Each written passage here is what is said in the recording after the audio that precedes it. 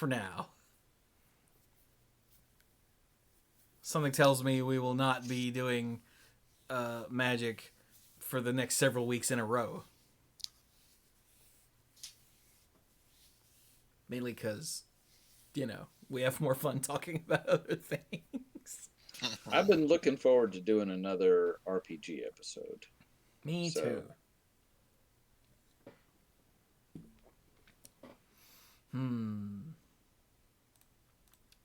So, ask the hat which magic house you belong in. I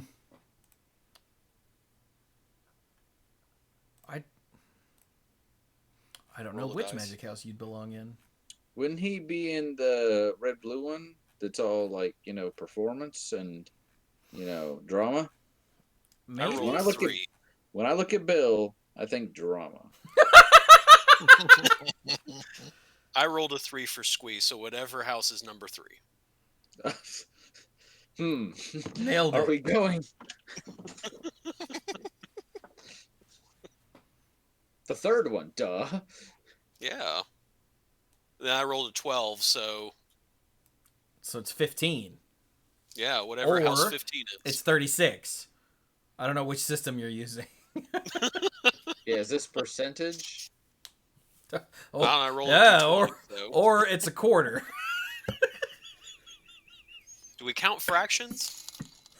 Decimals? Maybe. Do we roll them up or roll them down? And then, well, in this state, we don't roll them up because it's not legal here yet. And hey, Piccolo, thank you for that 4-month resub. If it was a duodecimal system and the first number was the tens place and the second number was the ones place, then I guess that's a 40. Ah. What about Dewey Decimal? Well, then he'd be a book. And if he's a book, then he would be... Was it Silver Quill? Because they like books. Yes, that's right. I guess it wouldn't be a tens place if it was a duodecimal system. It would be a 12s place. My bad. Oh my god. All right, well, that's almost 3 minutes of time. 12's place and 144's place just don't roll off the tongue as well. Not quite as well. It's close, though. I'm not 144's. Dang, I'm screwing this all up. Just all up. And hey, then Squee resubbed for the 29th month. He is the book at the end of this monster. The book at the... And you broke Brian, so bonus points. All right, well, we've been filling long enough. Let's do the thing.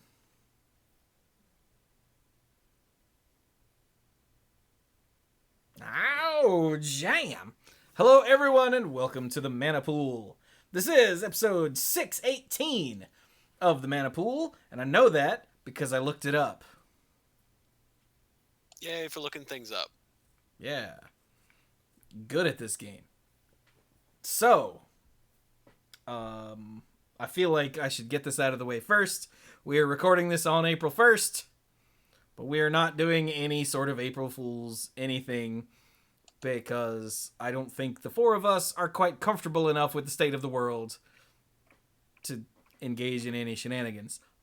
Hopefully next year. And I know this because I don't think any of us realized that April 1st was coming up. Yeah, this was actually a conversation we had on Messenger, and literally earlier in the day, Carrie was like, hey, you're recording on April 1st for the first time in, however often that comes up. What are you guys doing? And I'm like, that's amazing. I totally forgot that. And usually we start planning these things. Sometimes we plan these things literally 3 months in advance, depending on how complicated it is. So as this was, Monday or Tuesday? Yeah. And so I went on Messenger, and Chewy had literally said, oh, by the way, the 1st. And we're like, yeah. What I said maybe next year, life won't feel like it's already a parody of itself. So we're getting closer. All Are we though? Some of us are doing the responsible thing. I had my second shot today, and if I get off the call early, it's because I'm already starting to feel a little sleepy. So I'm gonna stick with it as long as possible. But I'm doing my part. Chewy did his part. Not just the shots, but make sure you still keep doing what you're doing with the masks and the distancing and all that good stuff. So we can only control ourselves ultimately, and hopefully enough people do that. So yes, I remain hopeful for the future. We hope. Yes. So we got that out of the way. So, yeah, hi, I'm Chewy. And you know what? This is going to be a short episode. I'm Chewy. The one that just got done talking is Brian. Yep. And then there's Mike over there. Yeah. Caught him mid-yawn. And Dirk is the one giggling. Yep, that's me. There we go. See, we just got right through that. Now, this week, it's more Strixhaven more of the time, I guess is the way we put that. And what do we want to talk about? I have not looked at these cards since the... except for the ones that have appeared in the Discord. Since the last episode. I haven't either. Do we have the last Planeswalker yet? The Luca. Is he on here? He was revealed today, I think, so he's not in the Was card image he? gallery Yes, yet. it wouldn't be in here yet. Okay. I am scrolling. I'm looking for the mythic symbol. The first one I found was in red. Yeah, is it the I scrolled past it and kept going. It's the porn one. Crackle with Power. Yeah, the one that's porn. It is. It's XXX. If it was 4 X's, it would be Moonshine, but it's only 3, so it's porn. It's a story spotlight card. That's how that works, right? So, Crackle with Power. I'm reading this literally for the first time. 3 X's and 2 red. That's a lot. Sorcery. Crackle with Power deals 5 times X damage to each of up to X targets. There's your. I mean, your reason. I mean, with 3 X's, it's gonna have to ramp up hard. Otherwise, it's pointless and stupid. Yeah. I mean, yeah, but so if X is 1, this is what? Lava Axe? Yeah, it's 5 damage for 5 mana. Yeah. But then for 8. Wait, 1, 2, 3, 4, 5. Yeah, for 8. Yeah. Flavor text. Will gasped as Rowan drew from the raw power of the Strixhaven snarl. For a moment, she was luminous, transcendent, terrible. She's like, this feels nice. Was she Galadriel taking the One Ring? Maybe. Being offered like it. the One Ring. Instead of a Dark Lord, you would have a queen. Queen. But yeah, so for 8, Brian didn't finish it. He jumped right to the flavor text. But for 8 mana, you would deal 10 damage to 2 different things. Of each of up to X targets. So you could deal... Well, I guess if you target the same thing twice, it wouldn't deal 20. I don't think it works that way. So, yeah. Right? You can't target the same thing.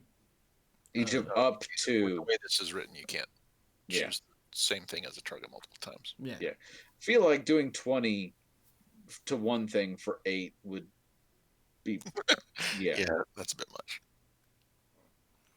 But I mean, kill your big thing and dome you for 10 seems pretty good. Yeah. And if you're playing against multiple people, I'll hit Mike and Dirk for 10 each. Because I don't like their face. Like, that seems pretty good.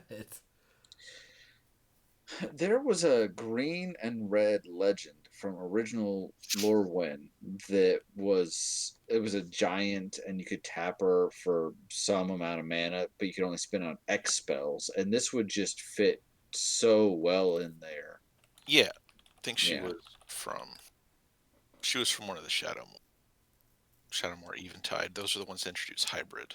Yeah. That sounds right. I'll look it up real quick. Gather while you guys keep It's talking. Rasheen Pat got it Meander. like 3 times in a row. Yeah. Rasheen. Yeah. And how much does she add? It's something. 4. It's 4. 4 mana. Yeah. So 4 mana gets you a long way with this. And so if you do 14, then you can knock 4 people down to 0 from 20 life. yeah. That's a bargain for 14, honestly. Mm-hmm. Yeah. I wonder if this will like an be. Eldrazi, isn't it? I wonder if Hard this will casting be. an Eldrazi. This might be a new go-to for the insta-win decks, the infinite mana combos and EDH. Not that they need another one, but there you go. But at the same time, it's also just a good effect. So, Squee pointed out that Crackle with Power was printed, so you could make a Rice Krispies deck in Legacy running this, Snapcaster Mage, and Promise of Power. Snap, crackle, pop. I get it. I'm just going to let you keep it. yeah. I don't want it. I was just reading it off for anyone who's not in the chat. See, now if you were with us as we recorded this on Twitch, you could yell at Squee in the Twitch chat instead of having to just roll your eyes so hard while you're listening later. See? Yeah. If you want to yell at Squee later, you have to send him an email. So, sorry, we haven't used that phrase in a while. I wonder how long our email address didn't work. By the way, remember last week I set it up? Yeah. And I was like, wait, there's no redirect here for dorks, so I had to do that. I wonder how long that was missing, and we didn't notice. Since we've been using other things to communicate, yeah. I don't know. I thought I was still getting spam at that email address, but Also, Pinball Witch threw 10 bits and said, "Boo, Squee." All right, more mythics. More mythics. There's one in green, but I just read one, so somebody else read Ecological Appreciation. Oh, Lord. Hey, Dirk, it's green. Ecological Appreciation. It's also an X.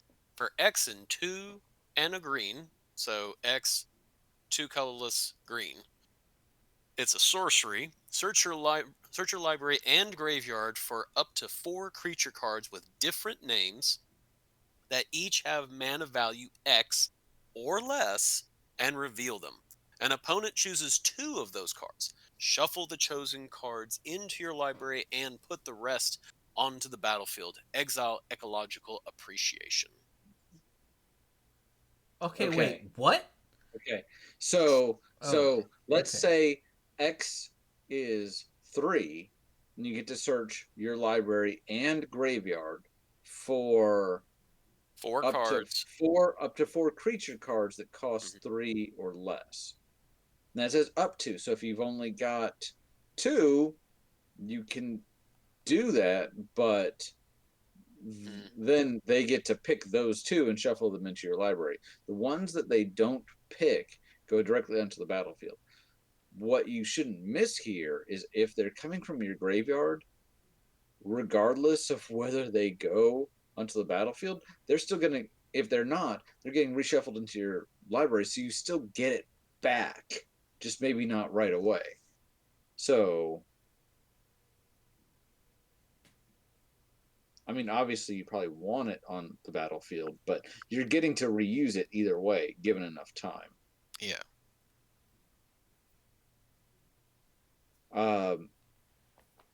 I feel like this has some really interesting applications.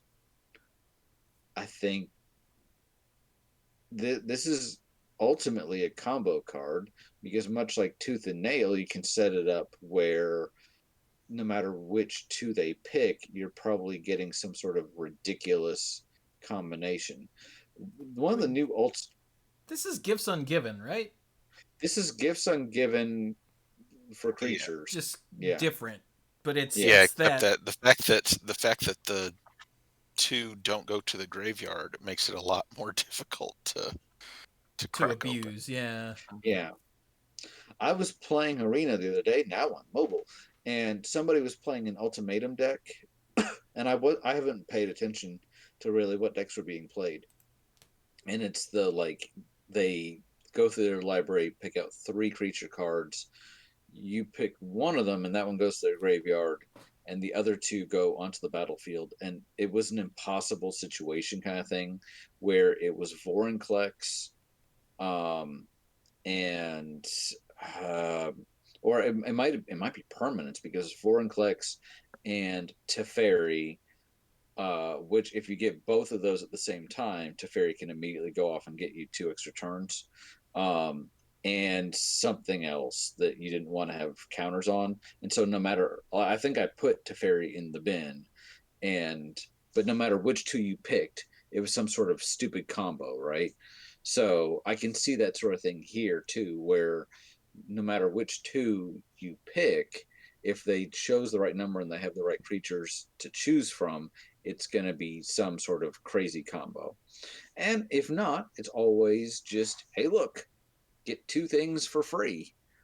And you don't get to pick, because they have to have different names. You don't go 4 Solemn Simulacrums, because I just want to have at least 2 of those. But you're getting something you want, as long as you built the deck correctly. So what you need to pay for one cost. Yeah.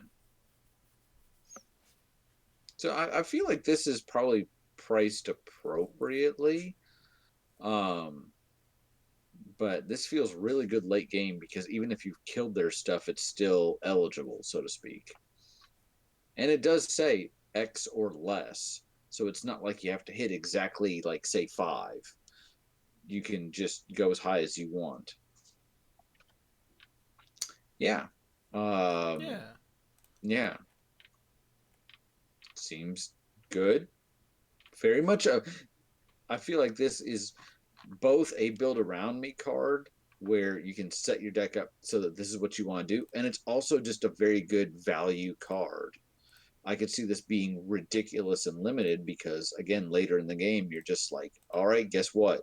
I get 2 of these things, and again, the other 2 are back in my library, so I get to draw them later.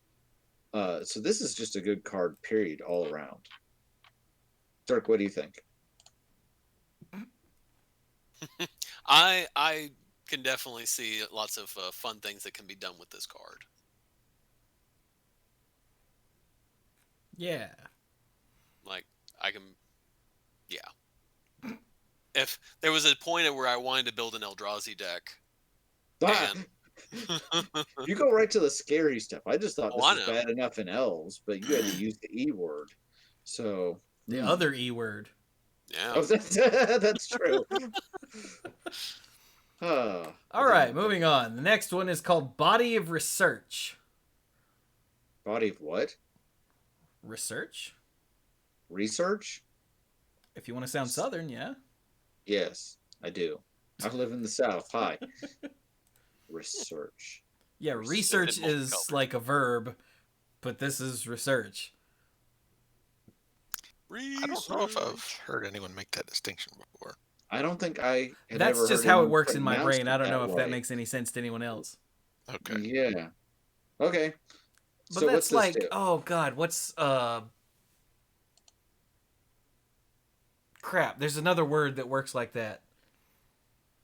That my brain also does that, but I can't think of what it is right now because I'm trying to. Oh well. So, Body of Research for green, green, green, blue, blue, blue. Yup.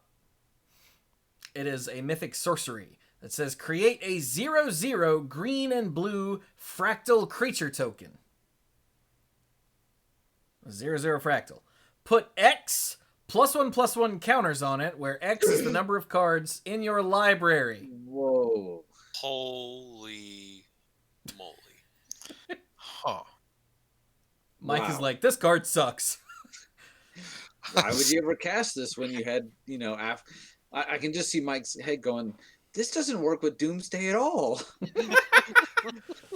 Mike's like, but 3/4 of my library is in my graveyard. This card sucks.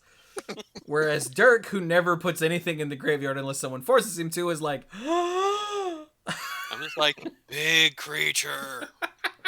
I mean, Put ancestral mask on it. Jesus Christ. I mean, most games, this is never going to be smaller than a 10-10. I mean, really. That'd be a weird game. If you'd be playing some weird games if smaller than 10-10 was something that happened more than Exactly. like More than right. So, would you pay green, blue, blue, blue for a 10-10? And if the answer is yes, with no abilities, but okay, would you pay green, blue, blue, blue for the absolute largest creature on the board? Yeah. Yeah, probably, yeah. Okay. And I mean, yes, it can get bounced or whatever, but you've invested literally one card in it. And then... Yeah, that's the old dies to Doomblade argument. But what if it dies? Yeah. Now, and? Okay, but if I use the populate mechanic, it would just make a 0/0, wouldn't it? Yeah. it would. Oh, they probably did it that way to avoid shenanigans. But wouldn't that also... Wait, no, not populate. I was going to say, wouldn't that also make this guy bigger? Stuff. Huh? Wouldn't that also make this guy bigger? But that's not populate. That's... Proliferate. Proliferate, yeah. Thank you. Yeah. If there was a card that said populate then proliferate, then yes, this would get bigger. And something small would die. This prevents you from... The way these fractals are, they come in as 0/0s and you put counters on them. That also prevents you from using copy effects to make copies of them. Yeah. Right. Well, that would be cheating. And the Quandrix don't... Look, the Quandrix use real math, damn it. And copying is just made up math. You can't just add things. You go to hell. Also, Pinball Witch through 10 bits is going to put this in my Battle of Wits deck. And somewhere in Michigan right now, clues just went, my head, and can't imagine why. Everyone needs an alternate win condition. I mean, isn't there the companion that wants you to play with extra cards? The blue and white one? Yeah, Yorian. Yorian doesn't really synergize very well with token creatures, but yes. Well, Yorian allows you to use permanents. Because the other day I played, again on Arena, I played against a Dance in the Manse deck for the first time and felt like literally forever, and it used Yorhan. And they flashed out all of their Omens of the Sea, and they all came back. So, pretty sure it says permanents. And yes, I realize, again, you're not going to blink this. That would be dumb. Let me just,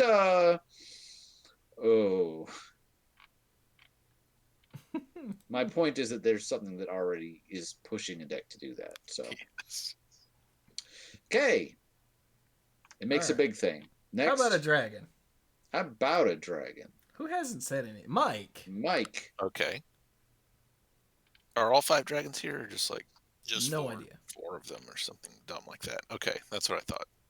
So, we heard a long time ago that the schools in Strixhaven are named after elder dragons who founded them. So, this one right here is Galizeth Prismari.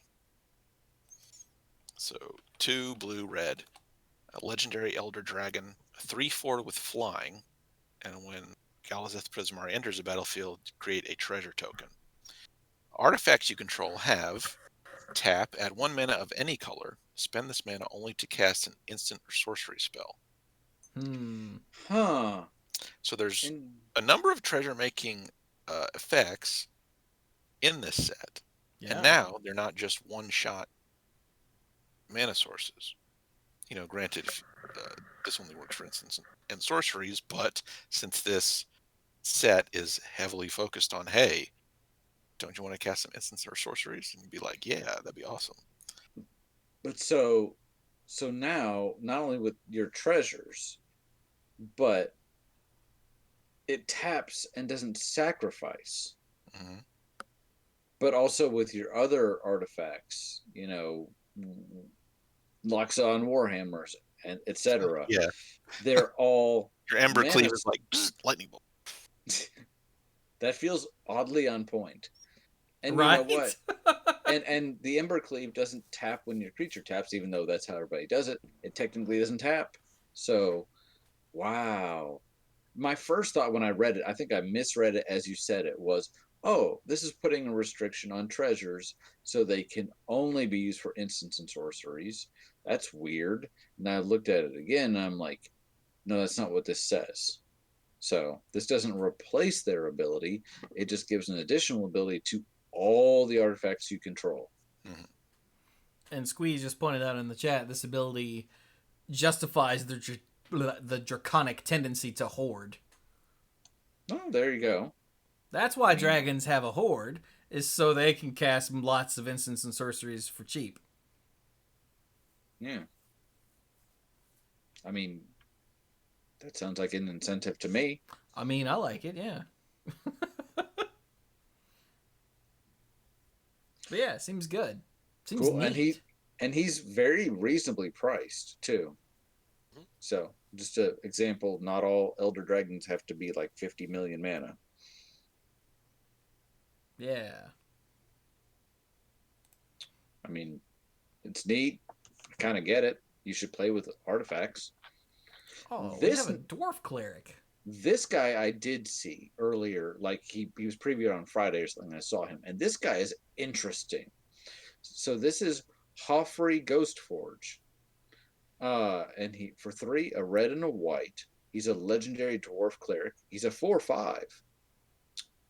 Spirits you control get +1/+1 and have trample and haste. Whenever another non-token creature you control dies, exile it. If you do, create a token that's a copy of that creature, except it's a spirit in addition to its other types, and it has, when this creature leaves the battlefield, return the exiled card to your graveyard. Holy crap, that's cool. It's awesome, is it not? And of course, because of his first static ability, it gains +1/+1 and has trample and haste. And also, the token has that ability. So it doesn't matter if someone offs your Hofree. Right. You still get all of those creatures back into your graveyard at some point. Yeah.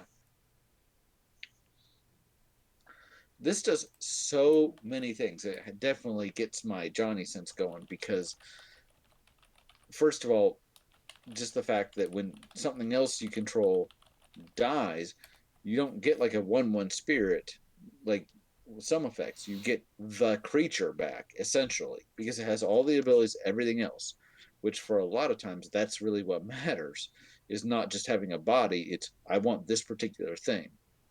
Except it's harder, better, faster, stronger. And even though you exile the thing, it eventually will return to the graveyard. So the body basically goes back where it started regardless.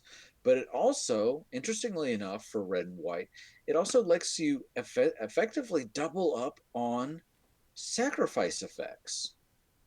Because now you get 2 bodies for the price of 1. Mm-hmm.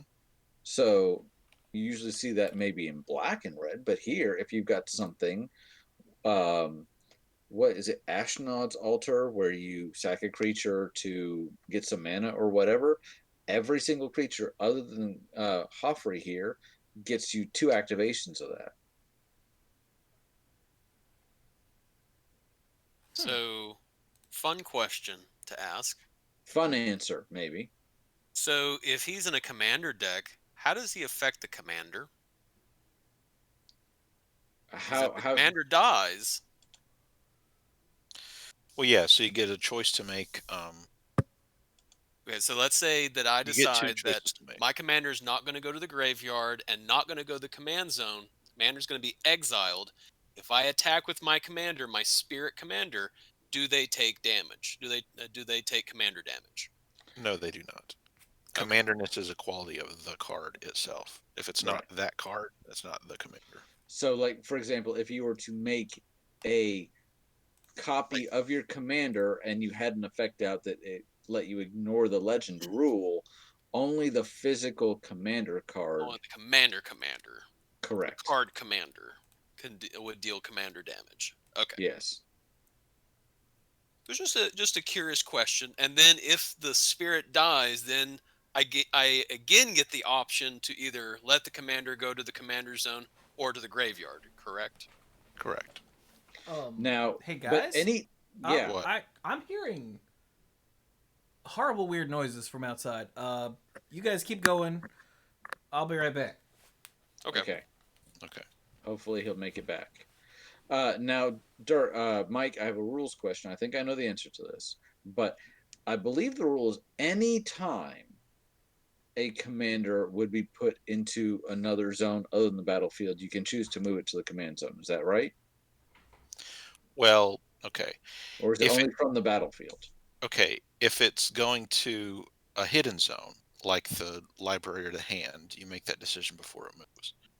If it's going to a public zone, like the graveyard or exile, and this is a recent change within the past year or two, if it's going to graveyard or exile, then it goes there for a moment, and then you make the decision about what to do with it.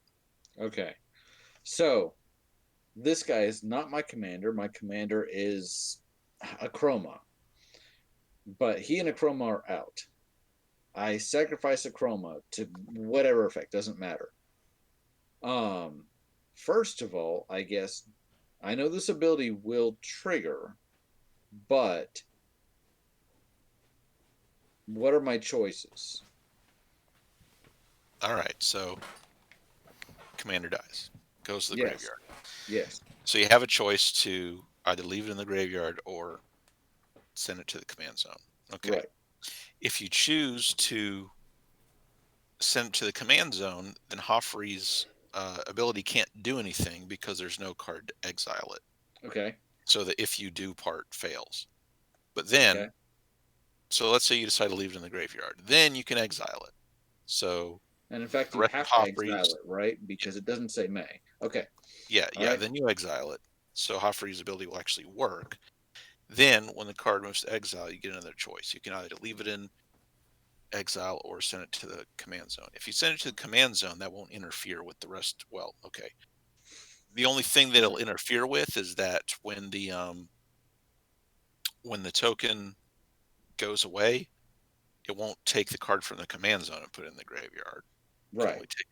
It would only be able to take it if you had left it in exile. If you choose to leave it in exile and the token goes away, then the card gets put back to the graveyard, and then you get another choice to either leave it in the graveyard or put it in the command zone. Okay. Thank you. I think that answers my question. Hopefully someone listening, they had the same question. So I think the default is going to be, if you want this guy to work, let the commander go to the graveyard, keep it there so this ability will trigger, and then either go ahead and move it right back to the command zone, or keep it in exile, and when the creature leaves the battlefield, it goes back. You can choose to put it back in the command zone from exile anyway, right? Yeah. So, I mean, the benefit of putting it in the command zone instead of keeping it in exile is that you can cast it, but it's a legendary creature, so you would have to make one of them, either it or the token, go away anyway if you wanted to play it again. Hall of Mirrors, I guess. Yeah. Mm-hmm. In your blue, white, red deck. So, okay. Wait, no, Hall of Mirrors, is that an artifact or an artifact? Oh, okay, never mind. Forget the blue. Yeah, blue. I mean, we're already breaking rules because a chroma isn't red-white when you started your example, so whatever. A chroma's? Oh, I was like, yes, it's white. It's what, but chroma's the commander, so yeah. Thank you. That was a very in-depth analysis, and that's exactly what I asked for. So thank you very much. Okay, one more random question. This one goes to Mike. Oh god. Okay. Hey, Chewy, you made it back. Okay, everything all right? Oh yeah, I've been back. It was some of my friendly but kind of dumb neighbors, not ones that I hate. Well, the ones I hate all moved out, but one of their friends was out in their car in the parking lot just driving through, and he stopped to like yell a weird thing because their windows are always open, and he was yelling loud enough that I heard it back here and thought that like there was a child screaming outside. So yeah. I'll make it quick, just with a random question. So, if the creature that dies is Phage, do you automatically lose the game with the copy? Who? Yeah. Yep. Because you didn't cast the token. A copy of Phage has her abilities, and it entered the battlefield, and it did not enter the battlefield from being cast. So, yes. And you don't. I'm reading this, and it's not an option. No. Correct. Creature dies, exile it. If you do, create a token that is a copy. So this becomes way number 3,721 that Phage can kill you. Yeah. You being her control. Play Phage with this creature. So the Ghost Forge guy is pretty neat and opens himself up to a couple different applications. He's the sort of guy that I would really appreciate to see in like a story circle that we do, because yes, he plays well with spirits, but nothing about him says he has to be in a spirit deck because so many things work with him. Mm-hmm. So, okay. Shall we move on? Yeah, hell yeah. The next mythic looks like it's going to be a ways down. I think it's one of the dragons. Yeah, it's Tenazir.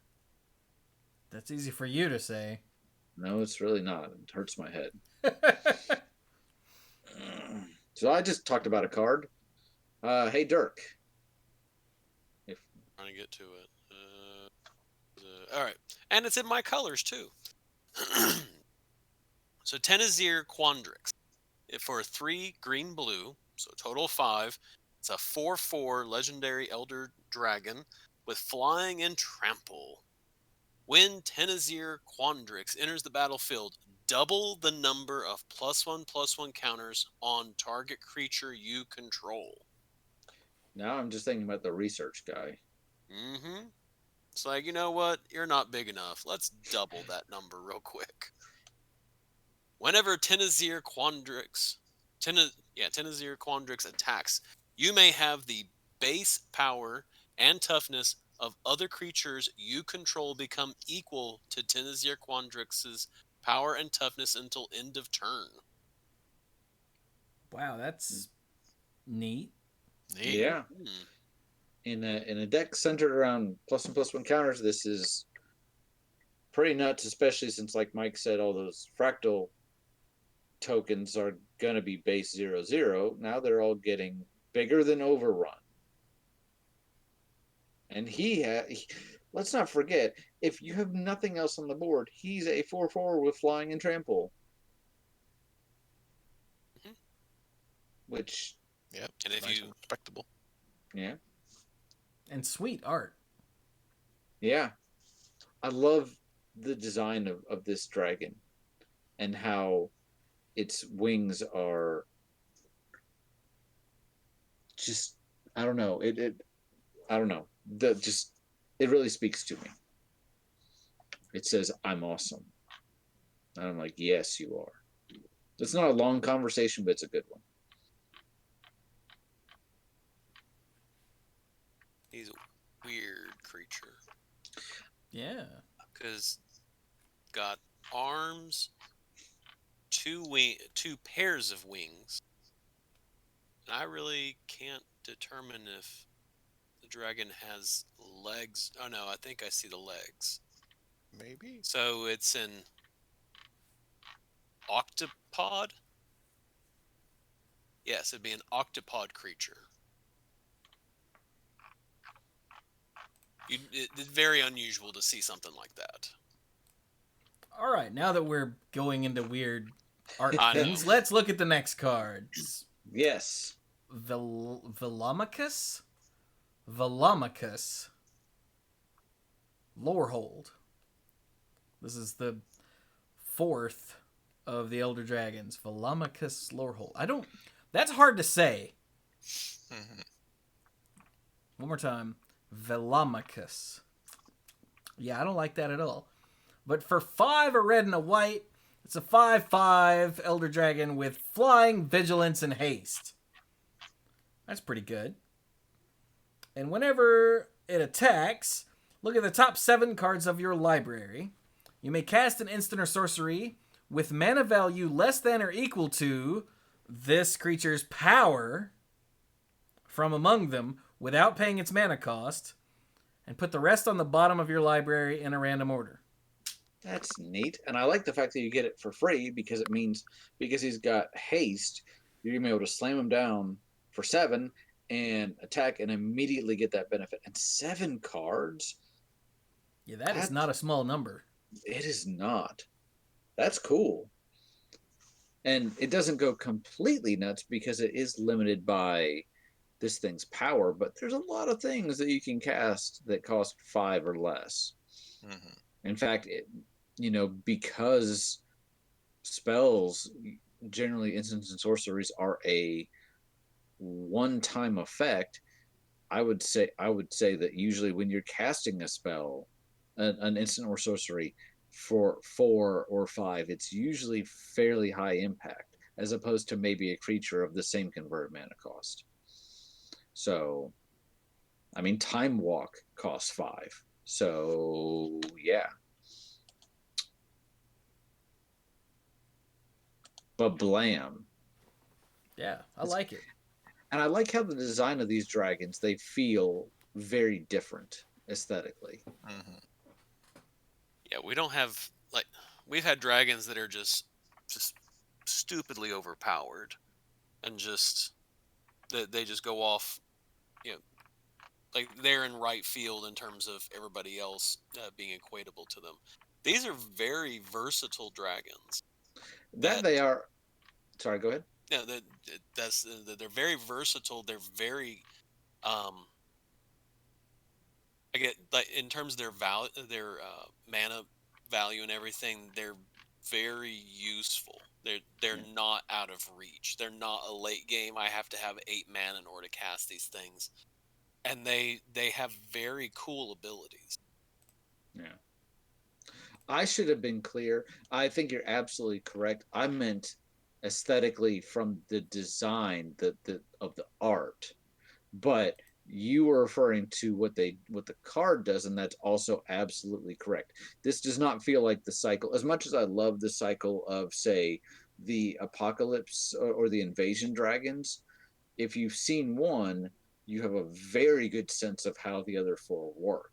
This one, you give me any one of these without the others, and I'm like, I have no clue. And that's a good thing, because it allows them each to be very individual. The only one we have not seen is the Witherbloom one. Right. Maybe it'll be Kokusho reincarnated. Right. Any other mythics? We're heading down. Okay, there's one in the modals. Mike, have you seen Extus? I feel like I've seen that name on here once or twice. Yeah, I've seen the name Extus referred to on a couple of other cards. Yeah, this is a modal double-faced card, also a story spotlight card. So it sounds like Extus is the big bad guy of the story. Okay. Extus is the Orig Overlord. For 1 white, black, a 2/4 legendary human warlock with double strike. And a Magecraft ability, whenever you cast or copy an instant or sorcery spell, return target non-legendary creature card from your graveyard to your hand. That's a hell of a Magecraft. Yeah. Okay. I want to point out that with these mobile double-face cards, most of them, if not all of them, no, not all of them, but most of them have a creature on the front and a non-creature on the back, with some of them having creatures on both sides. The Deans have creatures on both sides. But, and there are others with creature on the front, a spell on the back. But, like, say, look at this one just right next to it. And we don't have to talk about what it does yet, but that's a green card. It's a non-legendary troll, and that is the front. So it would be in your graveyard as a creature card. But you can cast the other side, which is a sorcery. Good now, point. It won't trigger on itself. Like, it won't be in the graveyard to pull itself out, right? Because it won't be a target. Yeah, because when you cast it, it's still on the stack. It's still floating there. So Right. when Exodus triggers, the spell is still floating there in the stack. It's not in the graveyard to go target. But you could target one of these and then later use that as a trigger to get back something else. So, Yes. Ooh. Oh, yeah, and just the fact that he, lets you rebuy spells is just crazy. That seems pretty good. What's the back? So the back is more of the story. It's a big, expensive sorcery called Awaken the Blood Avatar. Blood for the Blood God. Yeah, skulls for the Skull Throne, all the good stuff. So 6 black, red. It's a sorcery. As an additional cost to cast this, you may sacrifice any number of creatures, and the spell costs 2 less to cast for each creature sacrificed this way. So it can cost anywhere from 8 all the way down to 2, depending on what you're willing to sacrifice. Each opponent sacrifices a creature. Create a 3/6 black and red avatar creature token with haste, and whenever this creature attacks, it deals 3 damage to each opponent. Jesus. I mean, that's not a huge creature, but the fact that... And this can be stupidly cheap. Okay, so if you sacrifice 3 guys, it's a black and a red? Yep. And it doesn't say non-token, so you can just be like, make some thralls. Yeah. Get a 3/6 that hits everyone when it attacks. I mean, 3 creatures is a lot to give up, but still. Yeah. Wow.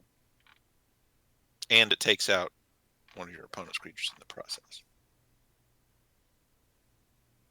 Yeah, and you know what? I think I glossed over that, and it's each opponent too. So, wow.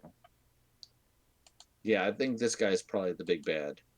What do you think that Extus basically summons this thing? Yeah, Extus is summoning him. I assume that the Blood Avatar has something to do with the Blood Age that is referred to as some kind of horrible past event. That's true. And Extus is trying to bring him back, and Will and Rowan are trying to stop him. Alrighty. I read the flavor text on Extus in Sauron's voice. I don't know if that's good or bad, but I totally did. I think that's probably on point, yes. In Sauron's voice or in Saruman's voice? What? Because after you said that, I got mixed up and I hear it in Saruman's voice now. Well, it's Sauron, if you're getting technical. But I can hear it in oh no. Christopher Lee, there we go. It's like Christopher, what's his name? I can hear it in Christopher Lee's voice too. Yeah, he plays Saruman, so. And in Solomon Grundy's voice. Extus Orig Overlord want pants too. And now everyone hears it in Pippin's voice.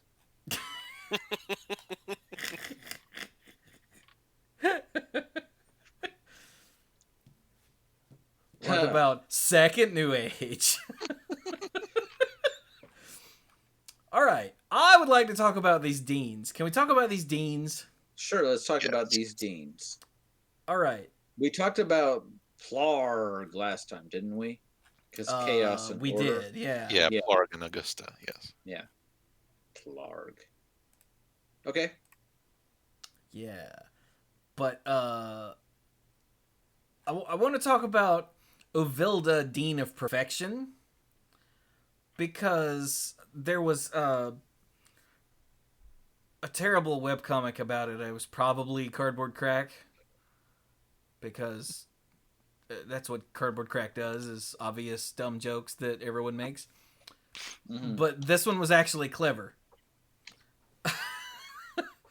Now, Uvilda, Dean of Perfection, for 2 and a blue, is a legendary Djinn wizard. She's a 2/2. And the text reads, tap! Okay, let me get comfortable. Okay, the text reads, tap. You may exile an instant or sorcery card from your hand and put 3 hone counters on it. Hone counters. It gains, quote, at the beginning of your upkeep, if this card is exiled, remove a hone counter from it, end quote. And, quote, when the last hone counter is removed from this card, if it's exiled, you may cast it. It costs 4 less to cast this way, end quote. So it's like not suspend. It's kind of like suspend, but you still have to pay for it. But then the plus to doing it this way is it costs 4 less. Yes. Yeah. Now I think it was Cardboard Crack. The Cardboard Crack in question, the final panel was, what does the other side do? I can't tell you, we're out of room in this comic. And that was probably the only funny Cardboard Crack I've seen in months, if not years. But, but like, that's a lot of words for what it does. It is. It's like, and with most joking aside, when I get to the end of it, I'm like too tired to figure out whether that's any good. Exactly. I've seen another joke running around. I think it showed up in our Discord that said, hang on, let me scroll up and find it. Oh, it was Cardboard Crack. Because it's in the Discord. That's where I saw it. Yeah, it's this that I'm showing on screen now. WotC really sticking to the college theme with all this required reading. And it's just a bunch of text boxes that with just ridiculous amounts of text on it, on them all. And, like, damn.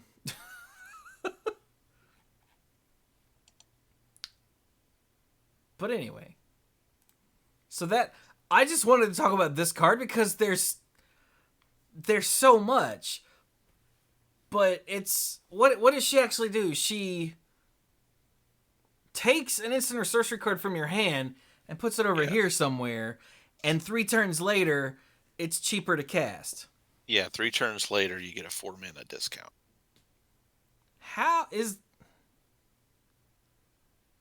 What is that for? Like, it's for Crackle of Power, right? Yeah, stuff like that, like big stuff like that. But because 4 turns later, you've also progressed even more. I mean, hopefully, you would have progressed even more with your with the mana you have access to, so you'd have even more available mana to throw into it. So, if you activate Uvilda on turn 4, then the last hone counter is going to come off at the beginning of turn 7. And you should have been able to play 2 more lands on turns 5 and 6. So you have 6 up. So you have 6 mana to spend on something. That means you could be casting something that was originally as much as 10. You could be playing it on curve now. So you could totally awaken the Blood Avatar, except you can't because that's a creature in your hand. Yes. But like Brian was saying, it's great for, or someone was saying, you or Brian. That was me, yeah. Y'all look the same to me. It's true. It is true. He is my brother from another somebody. Yeah, so. for the Crackle, you only have to put 10 actual mana into it to get the 20-point ding when you get that hone discount. But I mean, the hone discount on Crackle essentially just gets you 1 target and 1 extra 5 damage for free.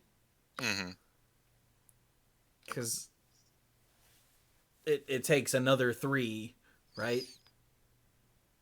To increase X by 1. So you're just getting a free X. Which is a really freaking good deal, actually. Oh. Right? Because it starts at 5. So. Yeah. Yeah. And then it jumps to 8. Yeah. I mean, 9. No, it was 8. I can count. Shut up. I can't. This is making my head hurt. So yeah, if you've got big spells that are, and the game is gonna go long, that's what you use Uvilda for. I mean, you also it is also a way to set up spells out of your hand, so it's another way to use your mana efficiently. So go ahead and like set these aside if you know you're not going to need them for a while. Also that, yeah. Would these affect learn cards? Learn. No, because exile is not outside of the game. Yeah. Well, I mean, if you put a learn card, if you exile the learn card from your hand, I mean, yeah, but. I mean, yeah. But then if you exile a learn card, it's not. Oh, what are you actually asking, Dirk? A lesson? Oh, I was just looking at the I have learns. no idea what's going on. Are you talking about a card that has learn, or are you talking about the lesson cards? Oh, sorry, the lesson cards. I'm sorry. So what are you wanting to do with this? Oh, I was just... Because the lessons get exiled when they get used, don't they? Never mind. No. They go to the graveyard? They act like normal, yeah. Unless it specifically says this card goes to exile. Because that means that the 4 that have been revealed so far are instant cast. You don't have to pay for them. But they're all less than, except for there's one that costs 5. The other 3 are 3 and 2 cost. The colorless ones, yes. The colorless ones, yeah. Okay, because there's many that have colors. Okay, I was like, what in God's name is Dirk talking about? So Dirk is talking about the colorless sorceries. Okay. Colorless lessons, yes. Yeah. Then yes, they would be free. Yeah. So we have now spent all of this time on this card and gotten confused at least 3 times, and that's just the front side. What's the backside do? I don't know. Okay, There's so not room in this podcast. Yeah, sorry, it's late now. Brian has to go to bed. Nasari, Dean of Expression. For 3 red, Nasari is an Ifrit Shaman. Ooh. Can gens and Ifrits hang out together? Is that allowed? Anyway. Ifrit Shaman. 4/4. And it says, at the beginning of your upkeep, exile the top card of each opponent's library. Okay. Until end of turn, you may cast spells from among those exiled cards, and you may spend mana as though it were mana of any color to cast those spells. Well, that makes sense. Oh, and then whenever you cast a spell from exile, put a +1/+1 counter on Nasari, Dean of Expression. And that's whenever you cast a spell from exile at all. So if you have another copy of Uvilda hanging out, then you can use the spells that come from the home counters. Yeah. To make Nasari bigger. Yep. I like the way that a bunch of these double face cards that we've seen have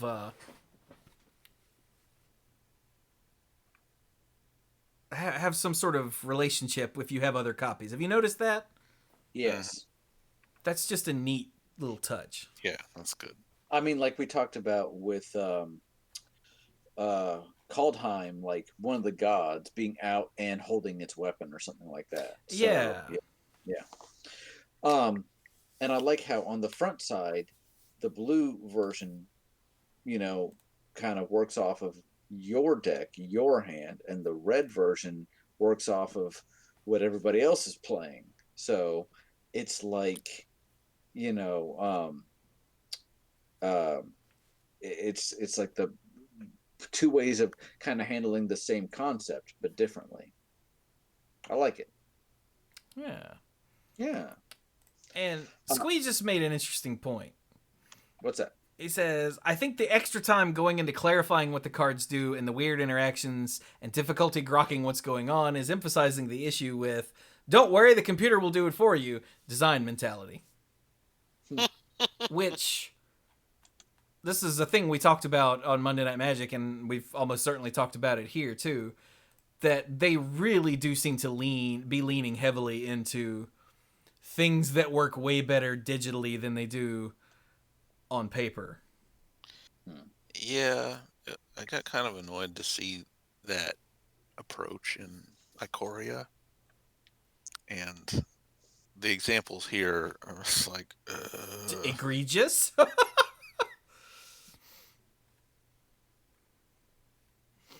Yeah. So, shall we continue? Yeah, with let's our talk Deans? another one. All right, I want to talk about Shale, the white one, Shayla. Maybe. I want to talk about the Dean of Radiance. This is a really interesting one on both sides, and they both do very kind of different things. So the Dean of Radiance, for 1 and a white, is a 1/1 bird cleric, and this bird cleric has flying and vigilance, and has tap. Put a +1/+1 counter on each creature that entered the battlefield under your control this turn. I've always enjoyed. Cool. There's a land that does this, but only for green creatures, and I've always enjoyed playing with that land. Is it the Vastwood maybe? But yeah, so this is interesting, and because it has vigilance, you can attack first and then later activate this ability. The flip side is Embros, Dean of Shadow, and this is a human warlock. For 2 and 2 black, it is a 4/4, and it has tap. Put a +1/+1 counter on another target creature, then Embros, Dean of Shadow deals 2 damage to that creature. But blam! Whenever a creature you control with a +1/+1 counter on it dies, draw a card. But so obviously you can be like the front side, the white creature is feels very benevolent, and his flavor text is you are so much stronger than you know, and he's just like, I'm gonna prop everybody up. The back side is like that Dean that wants to teach you trial by fire. He's like, here's a little bit of knowledge, and now there's a pop quiz on everything we talked about 3 lessons ago. But it feels very warlock. Yeah. It's like, yeah, you'll get stronger, but it's gonna hurt. It's gonna hurt. And you could just put +1/+1 counters on your stuff that's gonna survive anyway, and just make stuff bigger, but this is also like tap to destroy target opponent's creature that has 1 toughness. So just I also like that it's a combat trick. Yeah. Like, all right, you're gonna block that one? Okay, well, I will add a counter to it, and it'll take 2 damage, but it won't matter. But now it'll trade up. But when it trades up, I'll draw a card. And that's just like bare bones, the least smart thing to do is use it for that. And that feels really good. Feels pretty good. You can also use it with creatures with first strike, and so that damage, as long as they survive, doesn't matter at all. So, and I mean, this seems like such a minor thing, but he's a 4/4 for 4. That is efficient as all get out. So if you're like, oh darn, I guess I can't use that ability, I still have a 4/4 for 4. That's pretty good. And then the other ability, whenever a creature you control with a +1/+1 counter on it dies, draw a card. Obviously super good with his first ability, but if you just have other stuff with +1/+1 counters on it, always good. Like no pain, no like take a damage and draw a card, just straight up draw a card. Well, I mean, you're losing a creature that's been buffed, so that is the pain. Yeah. And there's a zillion other cards in this set that's that like +1/+1 counters or make +1/+1 counters or blah blah blah. Yeah. It's a major sub theme running through. Yeah. Almost the whole thing. I like this card. This card's interesting. Okay. Yeah, it is. Let's keep going because we got more to talk about. All right. Who's the Dean you want to talk about? Well, there's only 2 left, I think, right? Yeah. So, hey, Dirk, there's a green-blue one. Typecast. There is. I guess I'll do that one. It's a Kiana, Dean of Substance. Oh, God, they're bringing back Substance. No, I'm kidding. So for 2 and a green, she's a legendary elf druid that's rare and has power and toughness of 2/2. And tap. Exile the top card of your library. If it's a land card, put it into your hand. Otherwise, put a study counter on it. What? Oh, it's exiled. Okay, sorry. Mm-hmm. I was like, how do you put a counter on something on your hand? I'm sorry. I zoned out for a second. Yeah, you just balance a little glass bead on the little space between. You go to hell, Mike. I like it. And by like it, I mean I love it. All right. So there's another one for 4 and a green. Create a 0/0 green and blue fractal creature token. Put a +1/+1 counter on it for each different mana value among non-land cards you own in exile with study counters on them. So basically, What? you get a 0/0, and it comes in with the number of +1/+1 counters on it equal to the different mana values of those things you've already exiled with the study counters on them. I don't think I made it any easier to understand, but it made more. You actually made it worse, which is impressive because it's already pretty bad. So basically, what you do is you just read the text box again. Yes. All right. So okay, wait. Are study counters a thing anywhere else that we know of? It sounds vaguely familiar. That must be why it's written that way. Because otherwise, this card is always worthless unless your 2/2 manages to survive for a long time. I mean, it does feel a little to me. Huh. All right, what's the back say? And you don't get those creatures, you don't get those spells back. Oh. Okay, yeah, it does synergize with the back. So yeah, whoever was reading, keep going. Okay, all right, so the back is Imbraham. Imbraham. Dean It's like of Abraham, but with an M. Yeah. Imbraham. So anyway, Dean of Theory. For 2 and 2 blue, it's a 3/3 legendary bird wizard with flying. For X and 2 blue, tap. Exile the top X cards of your library and put a study counter on each of them. Then you may put a card you own in exile with a study counter on it into your hand. Ah. Okay. So this is another thing where if you have multiple copies, or you can return the original back to your hand somehow or something, it works with the other side. Right. You tap the green one, put a study counter on whatever it is if it's not a land, and then you pay 2 blue and tap this guy and just get that other thing back. Or if you want more selection, you put some mana. I almost said money. You put some money into this game. You put some mana into X for him, and then you get to pick which one you want. But the downside for someone like Dirk is that then those cards aren't in his library anymore. And if this thing dies, you don't get them back.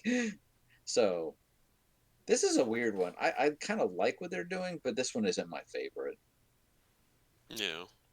This feels like a whole lot of effort for not that much payoff. I mean, it does give you this separate, like, little hand over here, I guess. It does. and it does let you create a fractal creature.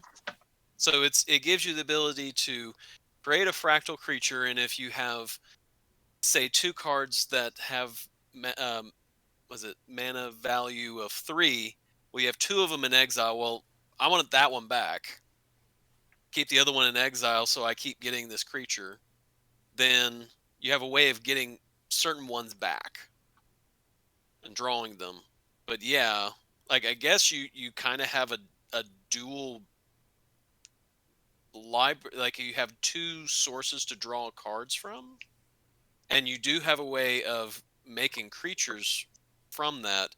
But yeah, it's you kind of have to have one of each of these out, and it does involve a lot of mana, because to do that, you're talking about you've got to have 7 mana available. Yeah, it's a lot. Kian and Imbraham are just by far the clunkiest of the Deans. Yeah. I feel like some of these others benefit from having both sides out. This is the one that really feels like you almost need to have both of them out. Yeah. Which and you're not even getting very much out of it if you just compare any individual side card for card to any of the other Deans. Yeah. So what about that last Dean, Mike? Yeah, this last Dean rules. He does. On both sides. So Valentine, the Dean of the Vein, is the front side. I'm sorry. Did you say Dean of the Vein? Yes. Is the vein like a course, a study? Wait.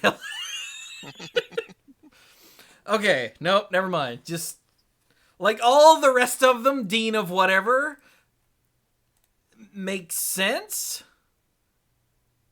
But Dean of the Vein, just don't go to a college if they have a Dean of the Vein, all right, y'all?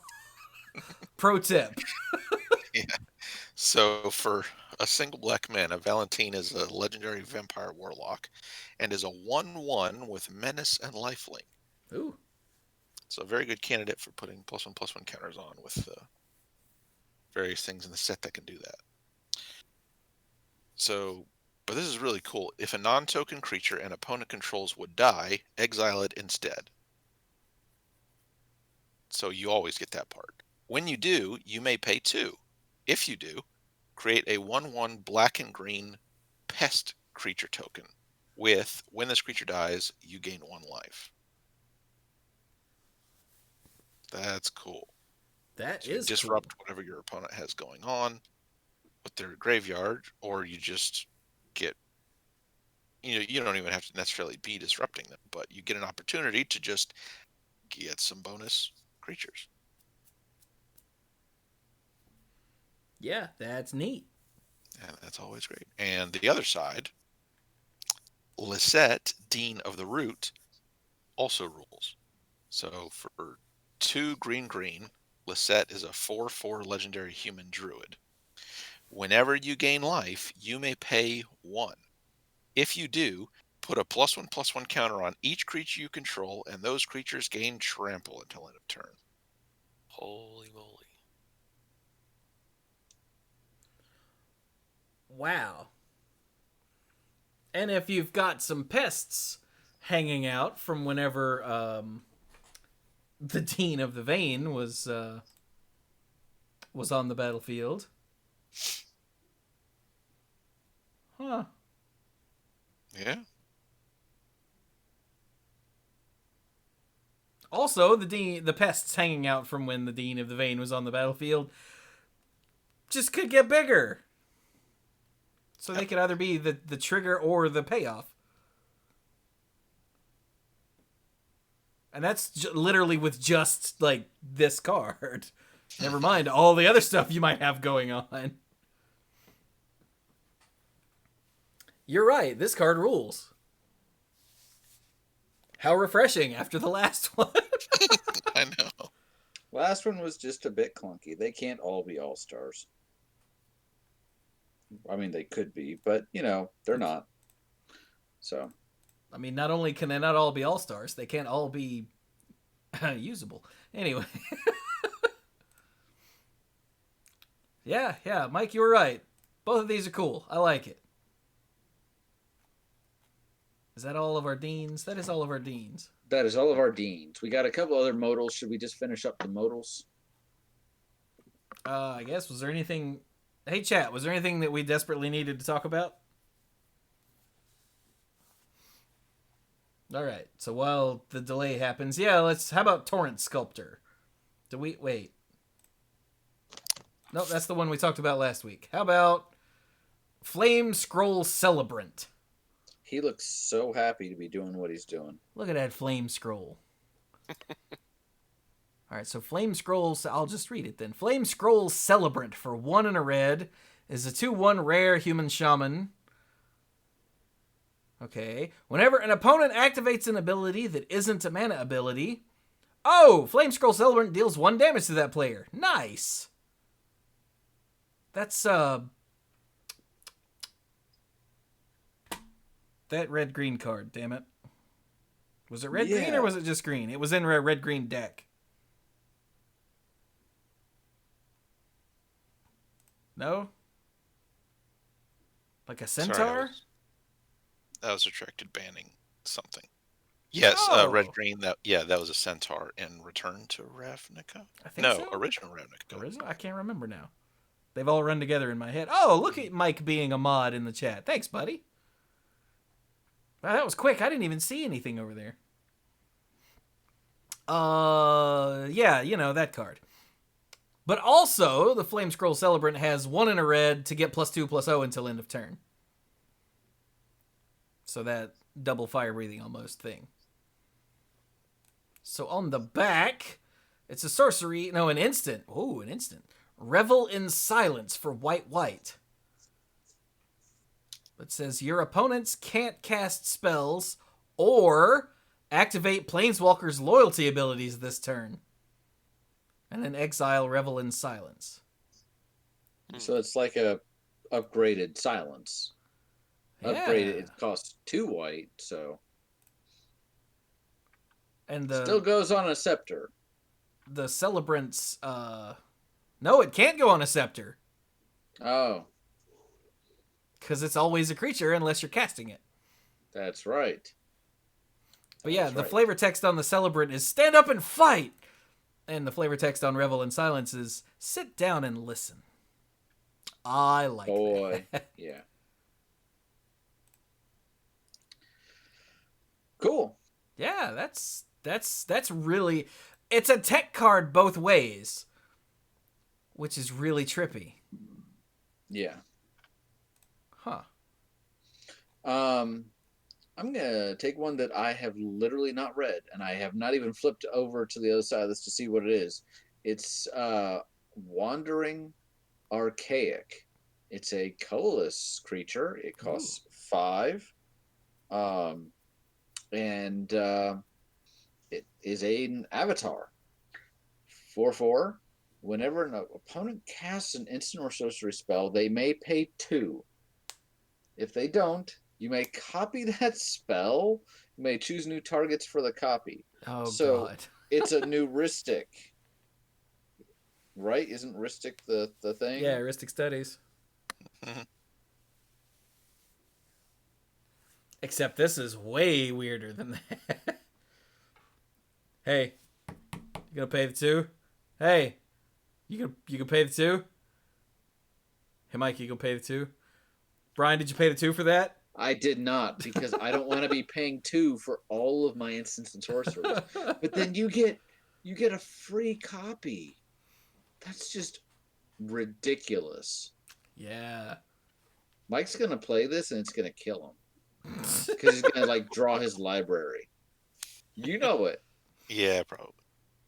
Other side, I'm seeing for the first time, Explore the Vastland. Explore the Vast Lands. For 3, it's a colorless sorcery. Each player looks at the top 5 cards of their library. Each player looks at the top 5 cards of their library, reveals a land card and or an instant or sorcery card from among them, then puts the cards they revealed this way into their hand, and the rest on the bottom of their library in a random order. Each player gains 3 life. I'm always a big fan of group hug stuff. And you get a land and an instant or sorcery. And a little bit of life. It's a little weird. I kind of like the first side a little better. It's a little more like, ooh. So everyone but gets... sometimes you need this. Everyone gets 3 life, and if they can find them in the top 5, a land and a spell, to use the Hearthstone term, spell. Yeah. I mean, for a card, oh yeah, everyone gets it. But for a card that any deck can play, regardless of color restrictions, I mean, sometimes this is what you want.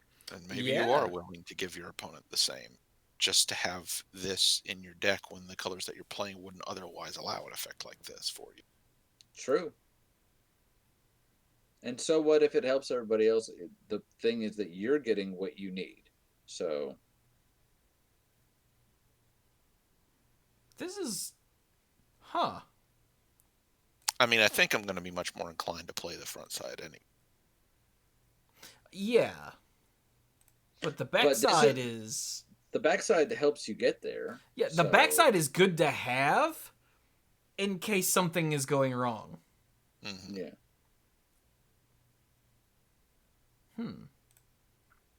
Yeah, I like this card. It's not as flashy, but it gets the work done. So, and when you combine the two, absolutely, this is a card I would be happy to pull pretty much any time. So, yeah. And it's only a rare, it is a rare, but it's not like it's mythic. So, woohoo. Okay. Is there just the one more, the Pugilist? Yeah. Mm-hmm. The Pugilist. Is that really how it's pronounced? I thought it was Pugilist. Yep. The Augmented Pugilist. Okay, what does it do? First of all, the flavor text. Hold still. I have a theory about what's going to happen to your face. I did not. Wow. That's good. That's awesome. Okay, but the rest of the card. For 1 green, it's a 3/3 Troll Druid with Trample. Starting out pretty good. As long as you control 8 or more lands, Augment your Pugilist gets +5/+5. That's a big troll. Yeah. I mean, he's a 3/3 with Trample for 3 that, like, super late game becomes just dumb. That's really good. Mm-hmm. All right, straightforward. Very awesome. So, other side is a blue sorcery. Echoing Equation costs 3 blue. It is a sorcery. Choose target creature you control. Each other creature you control becomes a copy of it until end of turn, except those creatures aren't legendary if the chosen creature is legendary. Aha!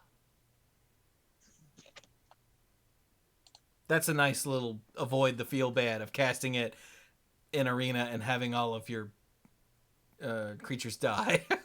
Yeah. So why doesn't this just say choose target non-legendary creature you control?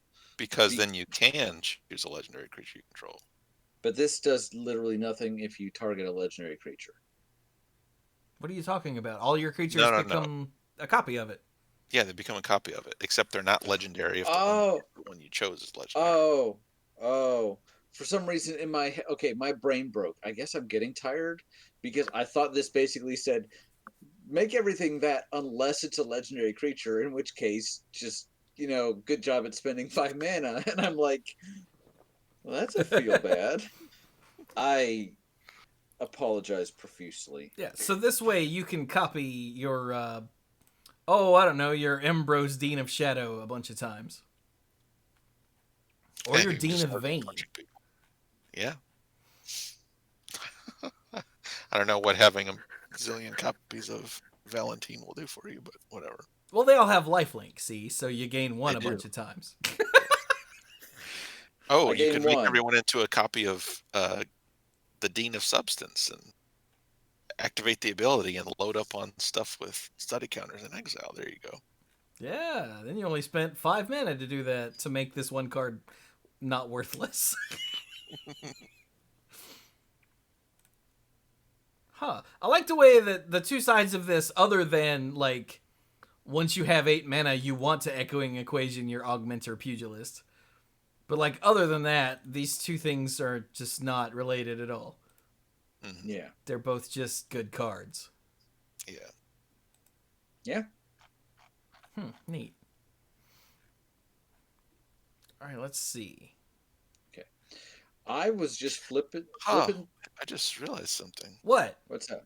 Now that Planeswalkers or Legendary and use the Legend Rule tech, you can, any Planeswalker that turns into a creature, you can also use this to make your whole field copies of that Planeswalker until end of turn. Wait. Huh. So you could have like Army of Gideon or Army of one of the Sarkons who can become a creature. Wow. Or you can use... But they're not creatures, right? No, they're not, but I assume that they would have one of the abilities that let the original turn themselves into a creature too, so... Wait, they also have no loyalty. Oh yeah, that's a problem. No loyalty. Okay, yeah, so don't do that. That's 5 mana, kill all my own creatures. Nice, Mike. You did it. God. And when you do that, you get a little achievement pop that's like, you idiot. Like...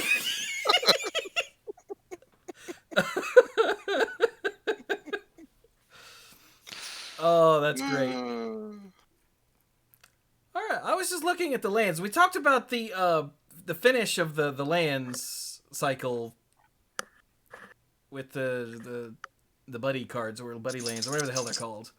Yeah. But there's also a common cycle that enter the battlefield tapped and tap for either of the two colors, and you pay 4 and tap to scry 1.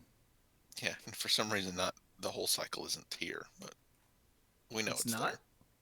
No, I only see 3 of them. Lorehold Campus, Prismari Campus. I'm sure the other two are. Yeah, they've got to be the same, but I don't know. Yeah. Given the names, there've got to be a Silver Quill and a, what's the other one? Witherbloom Campus. That is just weird that they weren't all done at Witherbloom once. stuff is not here. Wait, what's not here? Oh yeah, that's right. I feel like it's not here. Yeah, the Witherbloom Dragon isn't here either. I feel like, from what I've been seeing on Facebook, that they've been doing mostly like one school at a time with the previews. Oh, that would explain it. Mark Rosewater on Monday said that it was Lorehold Day. So okay, I haven't been caught up on the articles this week either.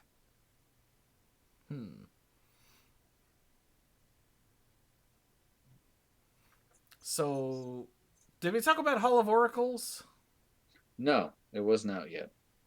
So it taps for colorless. It's a rare land, but not legendary. It taps for colorless. You can pay 1 and tap to add 1 mana of any color, so it filters to any color. Or you can tap it to put a +1/+1 counter on target creature, but only if you've cast a sorcery. Activate only as a sorcery, and only if you've cast an instant or sorcery spell this turn.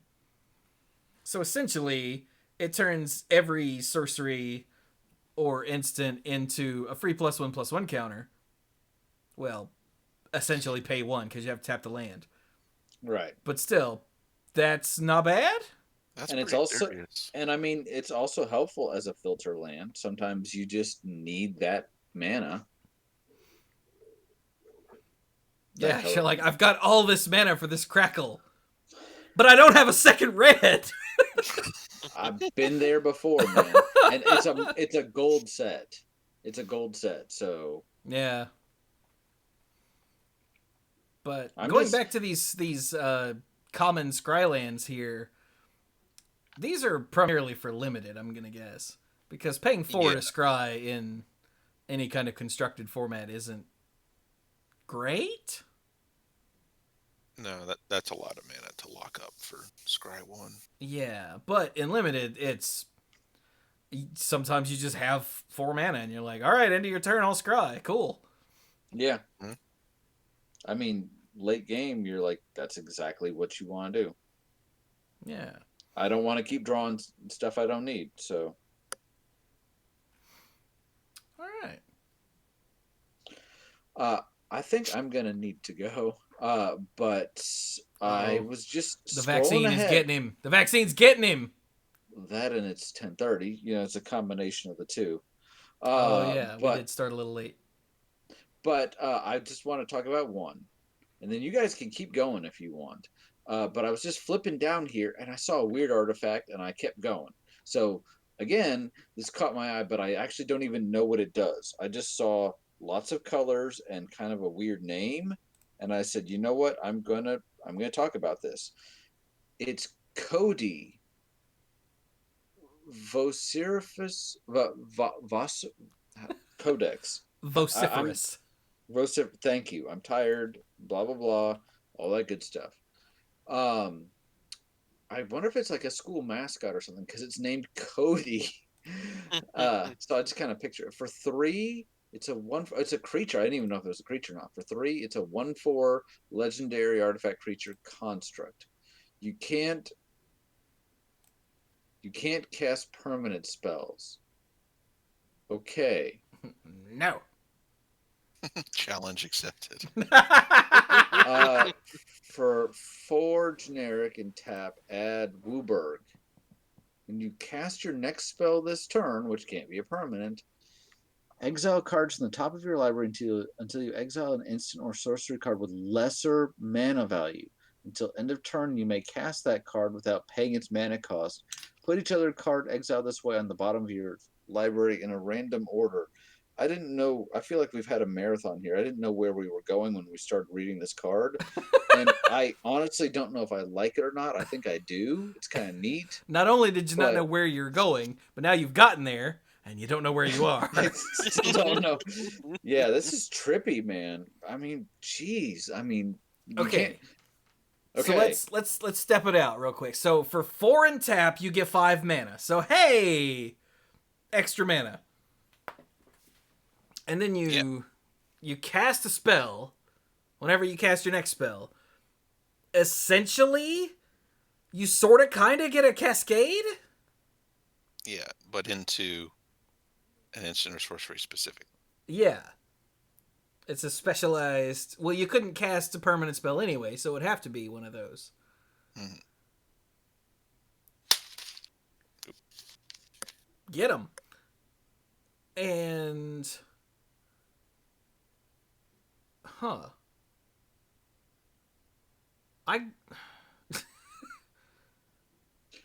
Yeah. This is a weird-ass card.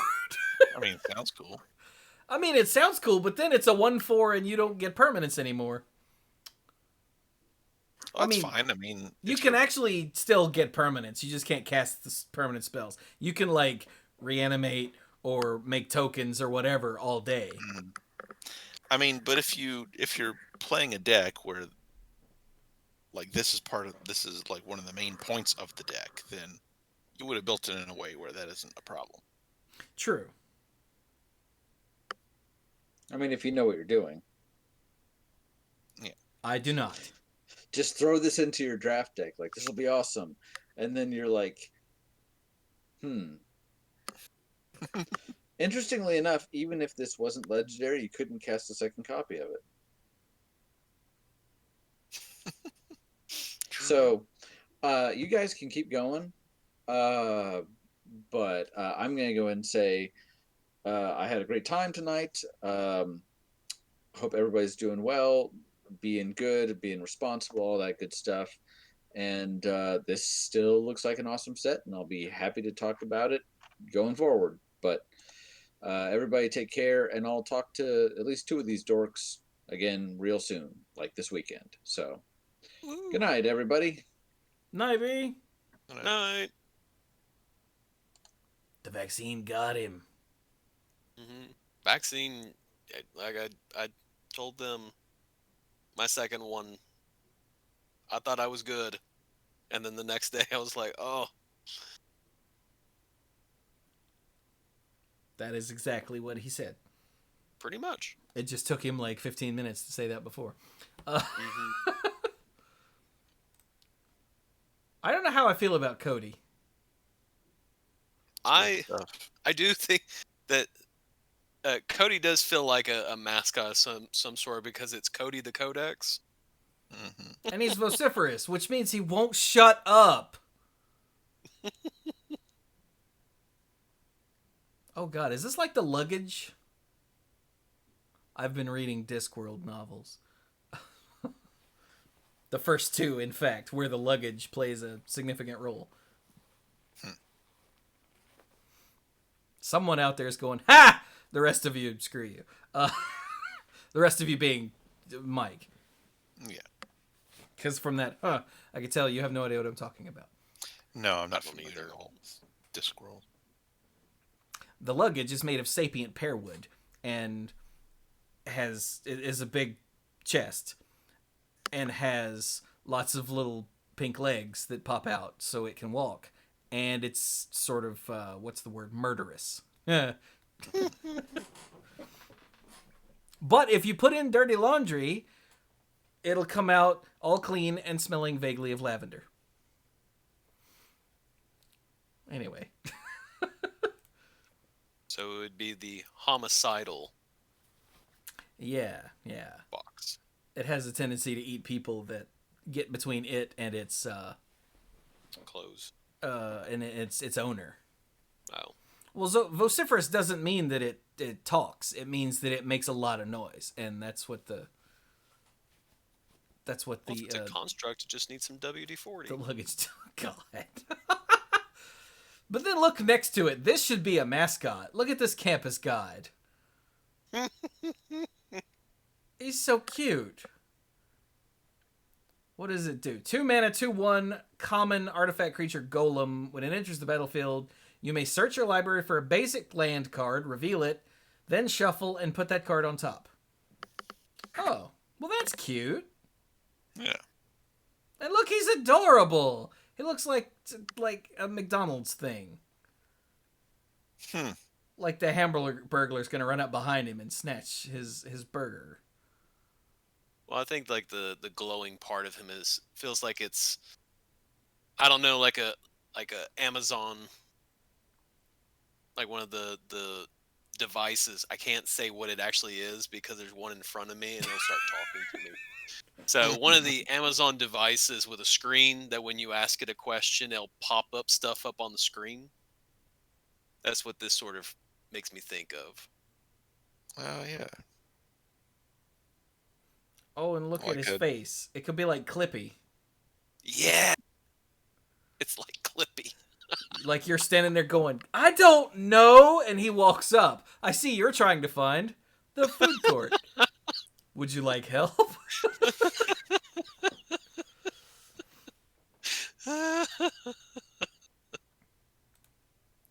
Lord.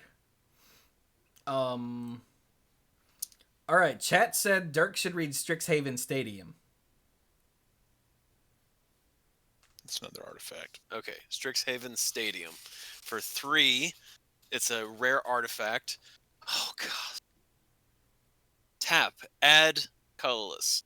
Put a point counter on Strixhaven Stadium. When a creature deals combat damage to you, remove a point counter from Strixhaven Stadium. What? When a creature you can... Oh, keep Do going. what? I just what? When a creature you control deals combat damage to opponent, put a point counter on Strixhaven Stadium. Then if it has 10 or more point counters on it, remove them all, and that player loses the game. Oh my God! It's the big game. Yeah. Oh my gosh! My brain could not figure out point counter. I'm like, why is it called a point? It's a stadium. Oh. Yeah, because this is, totally not a ripoff of Harry Potter. Original idea, do not steal. They have this big arena where they play the Mage Tower game. But I noticed that at no point when there are no point counters on this does the stadium disappear. Well, yeah, I mean... So the stadium's there unless it is removed in some way. So you...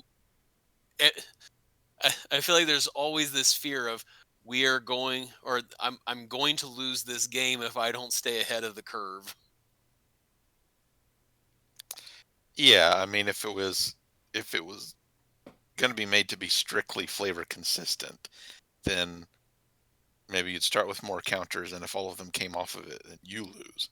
But that would be a dumb card. And no one would I want can to play tell with it. that this is going to be this would have to be banned in multiplayer. Why?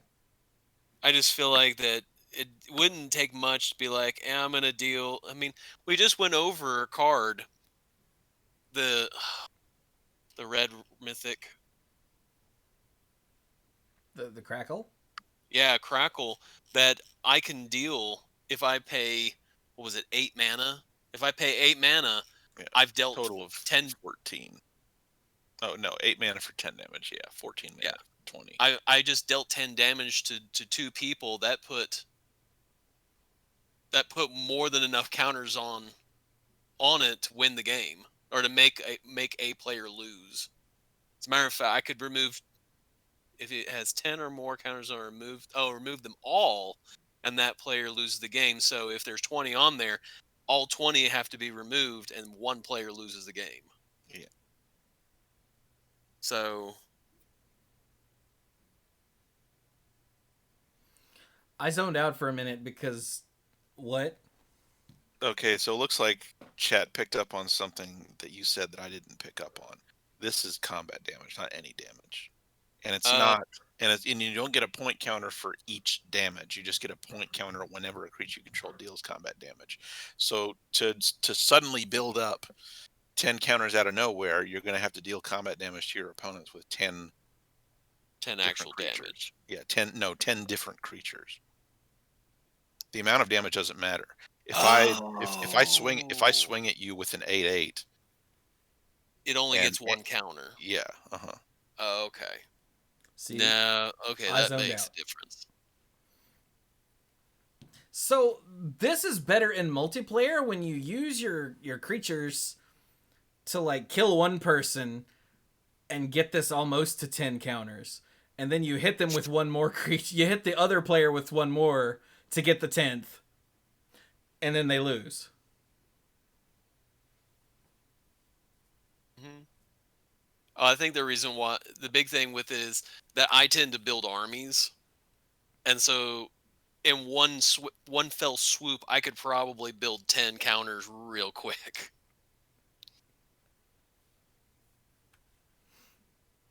But yeah, this is much more of a multiplayer card, I think, because like since you have to either that or you have to tap it a lot and not be getting hit with any creatures to build up point counters, but you still have to hit them with something to make the actual lose the game trigger happen.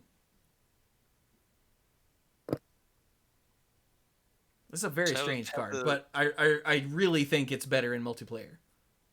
You just have to be sure that when you kill one person, it doesn't have 10 counters on it, because then it'll remove all the counters, but you already killed them. Because it says that player. Mm-hmm. Yeah, you just have to remember to put the triggers on the stack in the correct order. Can you do that? Well, yeah, I mean, because all the combat damage is dealt simultaneously, so that means it triggers simultaneously for each creature that dealt combat damage to your opponents. So since they're all trying to go on the stack at the same time, you can put them on the stack in the order that you want. If I attack, Chewie and Brian and Dirk. Oh, you're saying if you're attacking multiple players. Okay, got it. Oh, that's a good point. Yeah, I didn't even think about attacking multiple players at the same time. Duh. Oh, okay. I thought that's what you were talking about. No, in my brain, Yeah, you're killing that person with your creatures, and then later you're attacking that person to kill them with the stadium. But no, you're way smarter than I am. So yeah, you use your creatures to kill Dirk, and then you make sure something gets through to Plink Brian, and the stadium kills him. Yes. And that's awesome. This is a weird ass card. It's strange. All right, so a few minutes ago, Pinball Wits through 10 bits and said, "Someone read Quandrix Cultivator." Where is that? That's got to be in multicolor, right? Oh wait, we can Control F cult. Ah, here we go. It is in gold. I know how to Control F. Do you? Quandrix All right. Cultivator. All right, go. Oh, are you going to do it? Okay. No. Quandrix Cultivator. For 1 green, a green-blue hybrid, and blue. Yep. So a total of 4, and you have a little customization there. It's an uncommon 3/4 turtle druid. And Squee, did you hear that? Yeah. And when Quandrix Cultivator enters the battlefield, you may search your library for a basic forest or island card, put it onto the battlefield, and shuffle.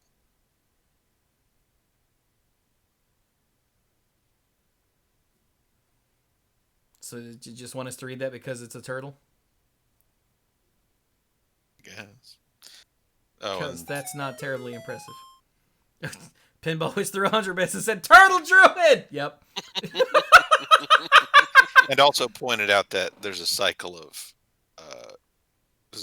cards with this funky mana cost with a hybrid symbol in the middle.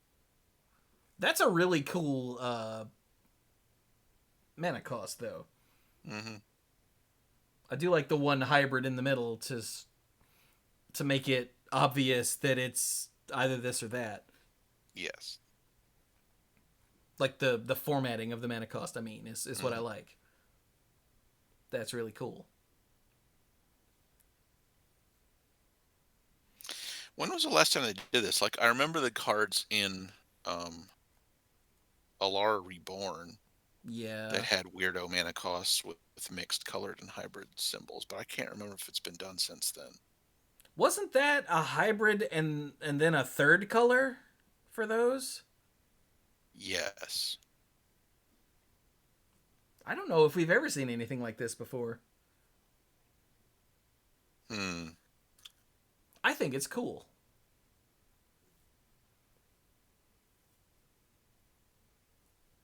It's way better for limited, too. Than it being red, red, white, or red, white, white, for the one that's on the screen now. Yeah. Wasn't there another turtle? I seem to remember there being another turtle that was really cool. Or at least adorable. Was it a spell that made a turtle token? What am I thinking of? Am I thinking of a Hearthstone card? I don't know. You might be, actually.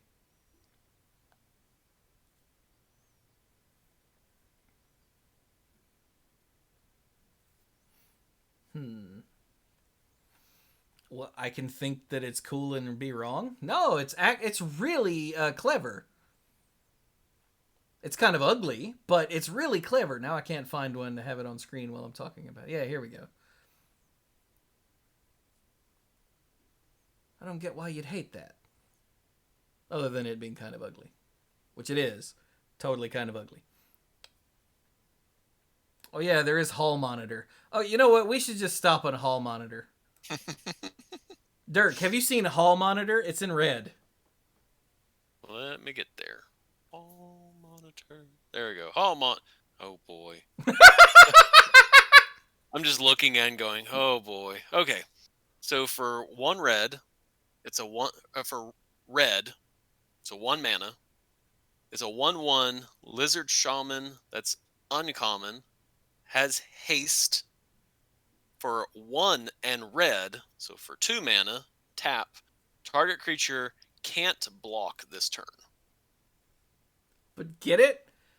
Hall monitor? It's a monitor lizard? And the flavor text is no unauthorized summoning, no writing in the library books, and absolutely no indoor dueling. Which is why they can't block this turn. Exactly. It's such a great, stupid card. That I love it. Hall monitor. Someone deserves a prize for that. Right? And unfortunately, there's another one that hasn't dropped into the card image gallery yet called Bookworm. WYRM. Yeah, they're having too much fun with this set.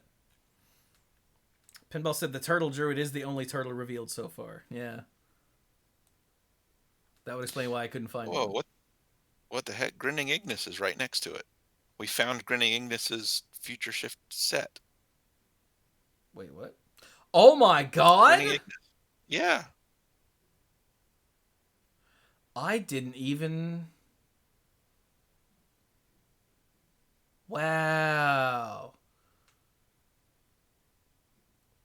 I didn't even know...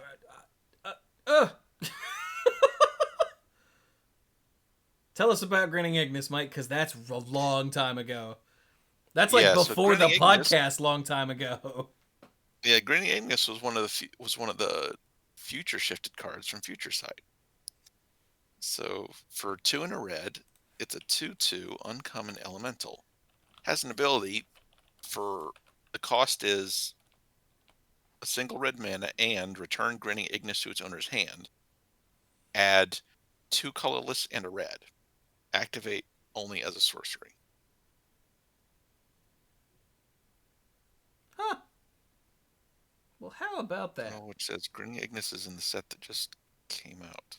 Meaning Time Spiral Remastered? That doesn't count. as the future shift. Or are you talking about something else? I like the flavor text kind of goes well with that. On rare occasions, a Prismari student will summon an elemental that shows such promise it is permitted to stay and enroll. In my head, it said re-enroll because, it comes back. Oh, Squee has a question.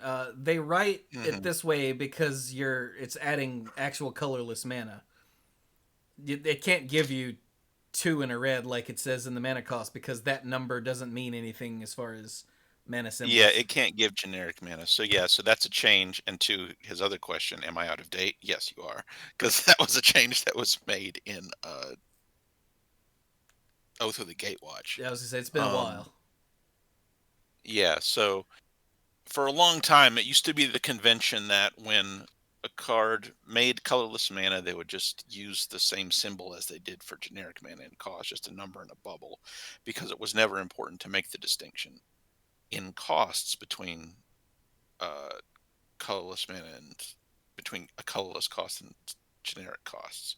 But then in Oath of the Gatewatch, when it became important to be able to have specifically colorless costs in to have specifically colorless requirements in costs, they had to change the way they did these things. So yeah, that's why Grinning Ignis uses the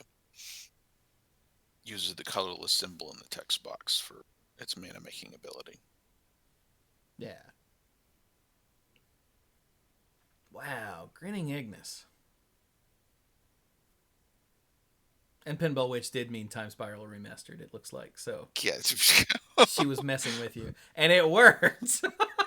Yeah, kind of like how Tarmogoyf was just future shifted from Modern Masters. Like, no, that doesn't count. Totally works. Show us the old art. Look up your own old art. I'd have to go to Gatherer for that, and I don't want to do that. This has been a good stream. Why do you want to make me go to Gatherer? Well, you could go to Scryfall. Shut up. Alright, fine.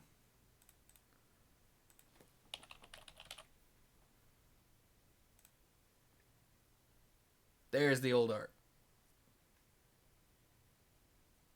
Sorry. There's the old art. On the old card frame. Well, the new, the not yet card frame? Wait. There's the future sifted version. And here it is in Time Spiral Remastered with, admittedly, a bigger and easier to see art. And it was also in one of the original Modern Masters too. Huh. Weird. I'd forgotten about that.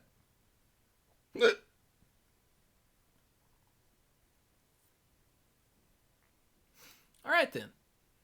But yeah, I think ending on a pun and a future shifted discovery is probably a good place to stop. We'll hit the rest next week. Like, we know the new Planeswalker was revealed, but it's not here yet, and it's too much of a pain to go dig up where it came from and whatnot. And besides, Brian's not here, so now we can't even do it because that would be weird. So is that a good place to stop for you two? Yes. And we'll just assume Mike is nodding. I was, sorry. So, how about we wrap it up then, Dorks? What you got? I guess my final thought just has to do with, even though I had my the discussion on the vaccine and everything was, I think, in the was what we talked about at the very beginning. It wasn't part of the episode, but even though I ended up having some side effects from my second vaccine, I would not skip out on getting the vaccine at all. I would rather have a day where I'm like, I have a bit of a headache and I just have a little bit of a like shivers and everything. I would rather have that than the anxiety, because again, I had the final thoughts at the beginning of all this of, or in December, when I'm like, I may have been exposed. I really am worried that I may have exposed other people, and so on and so forth. I would rather have gone through everything I went through on Tuesday and not have that anxiety anymore, or that fear. I am so much in a much better headspace right now than I was in December. It's true. And even though even with being vaccinated, I still wear a mask. I refuse to go anywhere without a mask on at this point, because again, even being vaccinated, I still want other people to know that I'm being safe for them and for myself. And people who are being irresponsible with that are part of our problem right now. So that's my final thought, and everything is, it's be safe. We love all you guys. Be safe. Wear a mask. Yes, protect others. Protect others. Mm-hmm. Also, on the vaccine front, you know what I did yesterday? Well, you guys know what I did yesterday, and probably a good chunk of the listeners do. But yesterday, I went to see the parents and have dinner and hang out without a mask. And I got hugs for the first time in a year. Over a year now. Because yesterday they hit 2 weeks after their second shot, and I hit 2 weeks after my only shot on Sunday. So I went and had dinner with the parents. I stayed there for, Jesus, I think I was there like 6 hours, just hanging out. And it was awesome.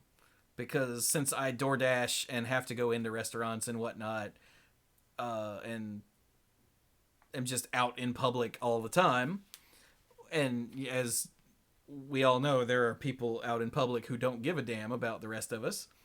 I refused to get close to the parents just in case I was, asymptomatic or hadn't figured out that I was infected yet. And, didn't want to accidentally kill them because they're both in their 70s. So, but now that they've got their vaccine and it's powered up enough to be safer, I went to see them and it was awesome.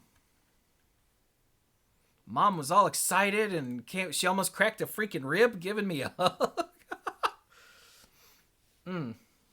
It still actually hurts a little bit. Well, not the rib, but there's like a bruise. I think she actually squeezed me hard enough to leave a bruise. It's child abuse. But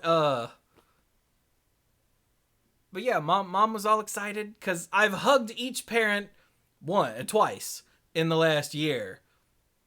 Once was Christmas, again with a mask, and then once was right before Mom went to start taking care of Nana's house and stuff.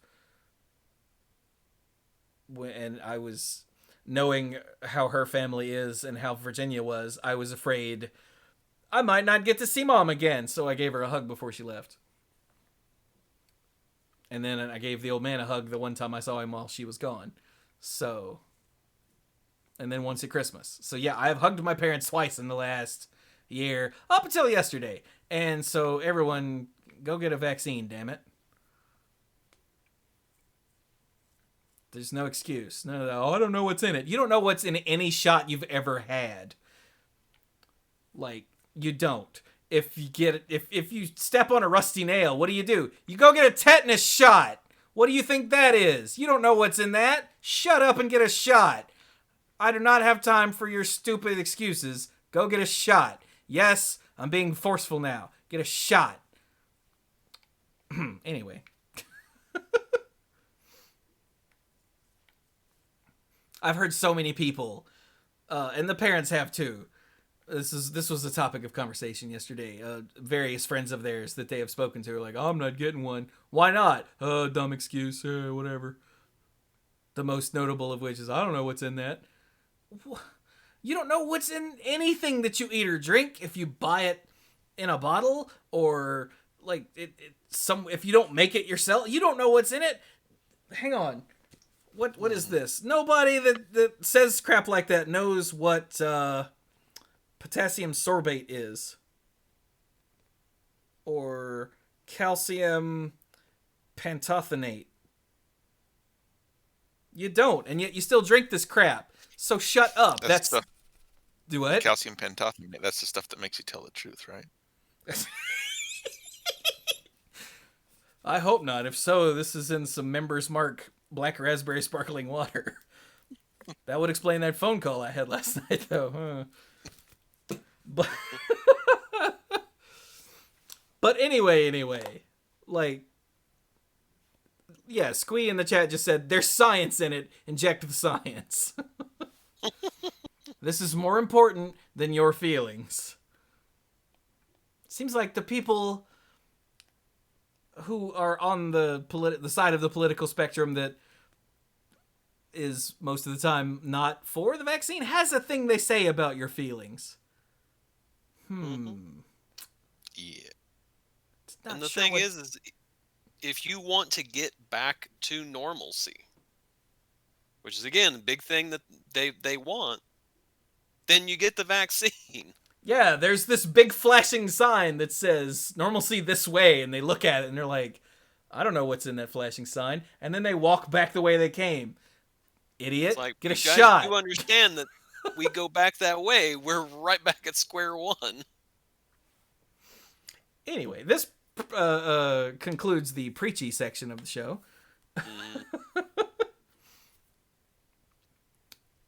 Seriously though, like, it's been a year and I finally got to hug the parents again, and it's wonderful. And you know why? Because we all got a shot. Yeah. Anyway. Okay. How about you, Mike? For me, so I'm looking forward to finally getting a vaccine. I'm gonna have to wait a little longer than I expected because I went to the doctor for a physical recently.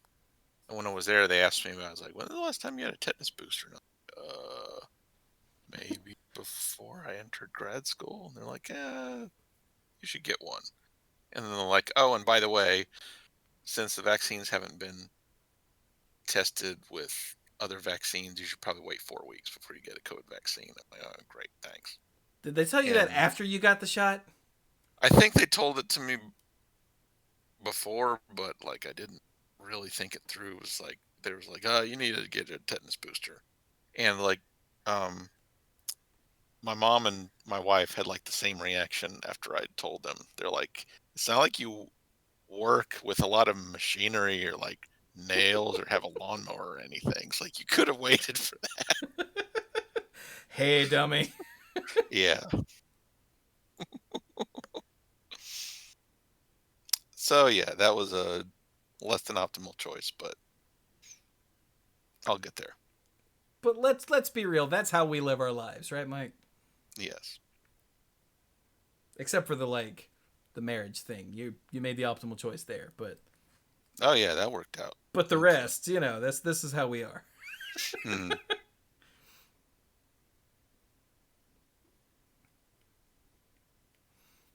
Word. So is that it for all of us? Yes. Brian, how about you? Oh. Well, let's see. What's going on with content? So we're doing Final Fantasy Fridays these days, which is nice. Playing through the original Final Fantasy, the PSP version, here on twitch.tv/TheManaPool. And then, I need to work on that, actually. I've been turning those streams into videos of just, like, the story bits and anything notable that happened. So it's extremely compressed. Like, the first, I think, 5-hour stream ended up being 2 half-hour videos. So there's no grinding, there's no nothing. It's extremely condensed, and it's awesome. Because I love the first Final Fantasy, and I get to play a version of it that works. What? Funny how that works out. Yeah, well, the original didn't work very well. Like, it was still great, but a bunch of it just didn't function as intended or at all. And the PS1 version that I've also played, the Final Fantasy Origins version, fixed some of that, but not all of that. But the PSP version seems to have fixed it all, so yay. And I'm enjoying it.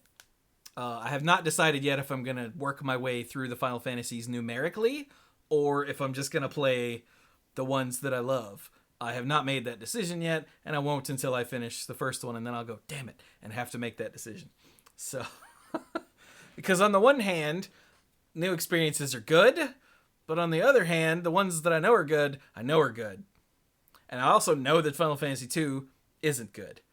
So,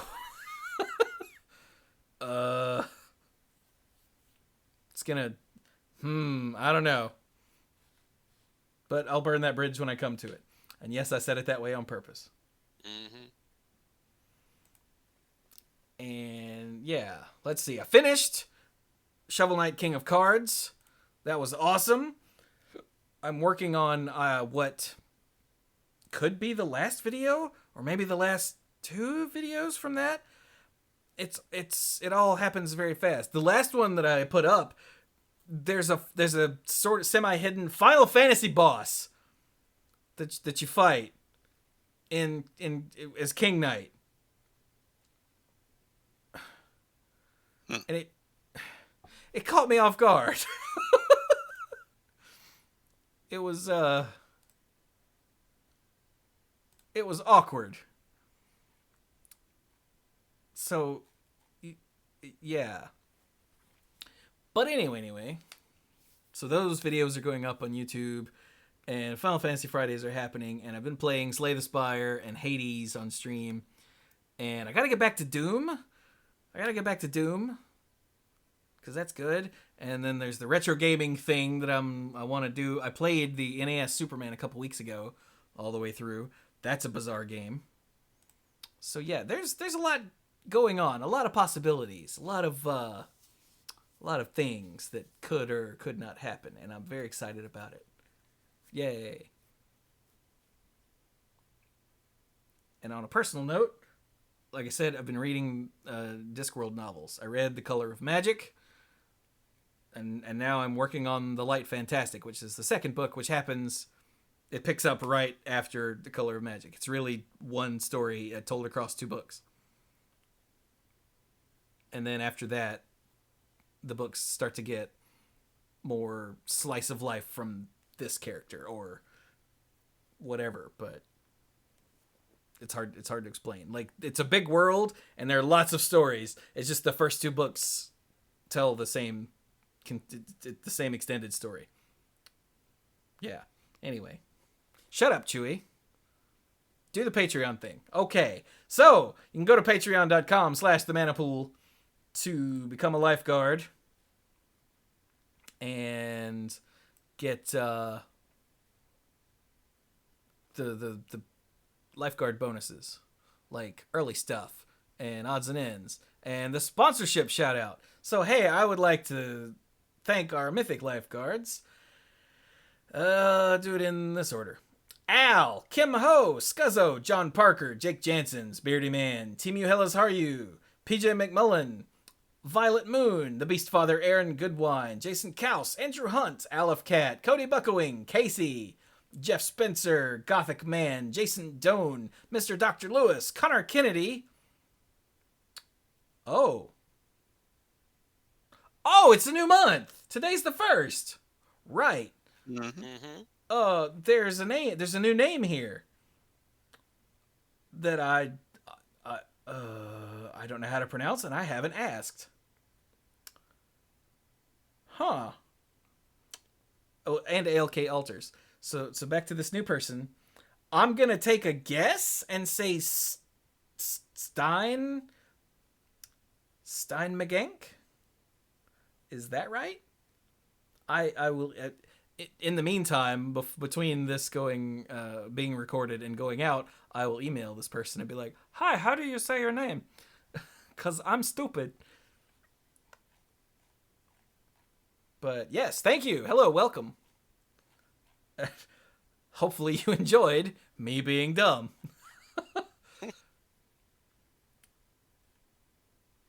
Did not realize that it was... I guess I should have realized it was the 1st because we did the April Fool's thing, but again, April Fool's snuck up on all of us. Yeah, I did. But I guess we're done? Yeah, I guess we're done. So, one more time, themanapool.com is no more. I'm very sorry, but I'm not sorry at all. The website is gone. Themanapool.com is still there. It goes to the link tree that has all the links. But you should check out the YouTube and the Twitch and the Patreon and Twitter and join the Discord and all kinds of good stuff. Yeah, all kinds of good stuff. And with that, we will be done now. So this has been the Manapool number 618. Not a small number. Thank you all so very much for joining us. And let us know, again, which school... School? Damn it, I forgot to look it up. Ooh, different question. Who's your favorite dean? Yeah.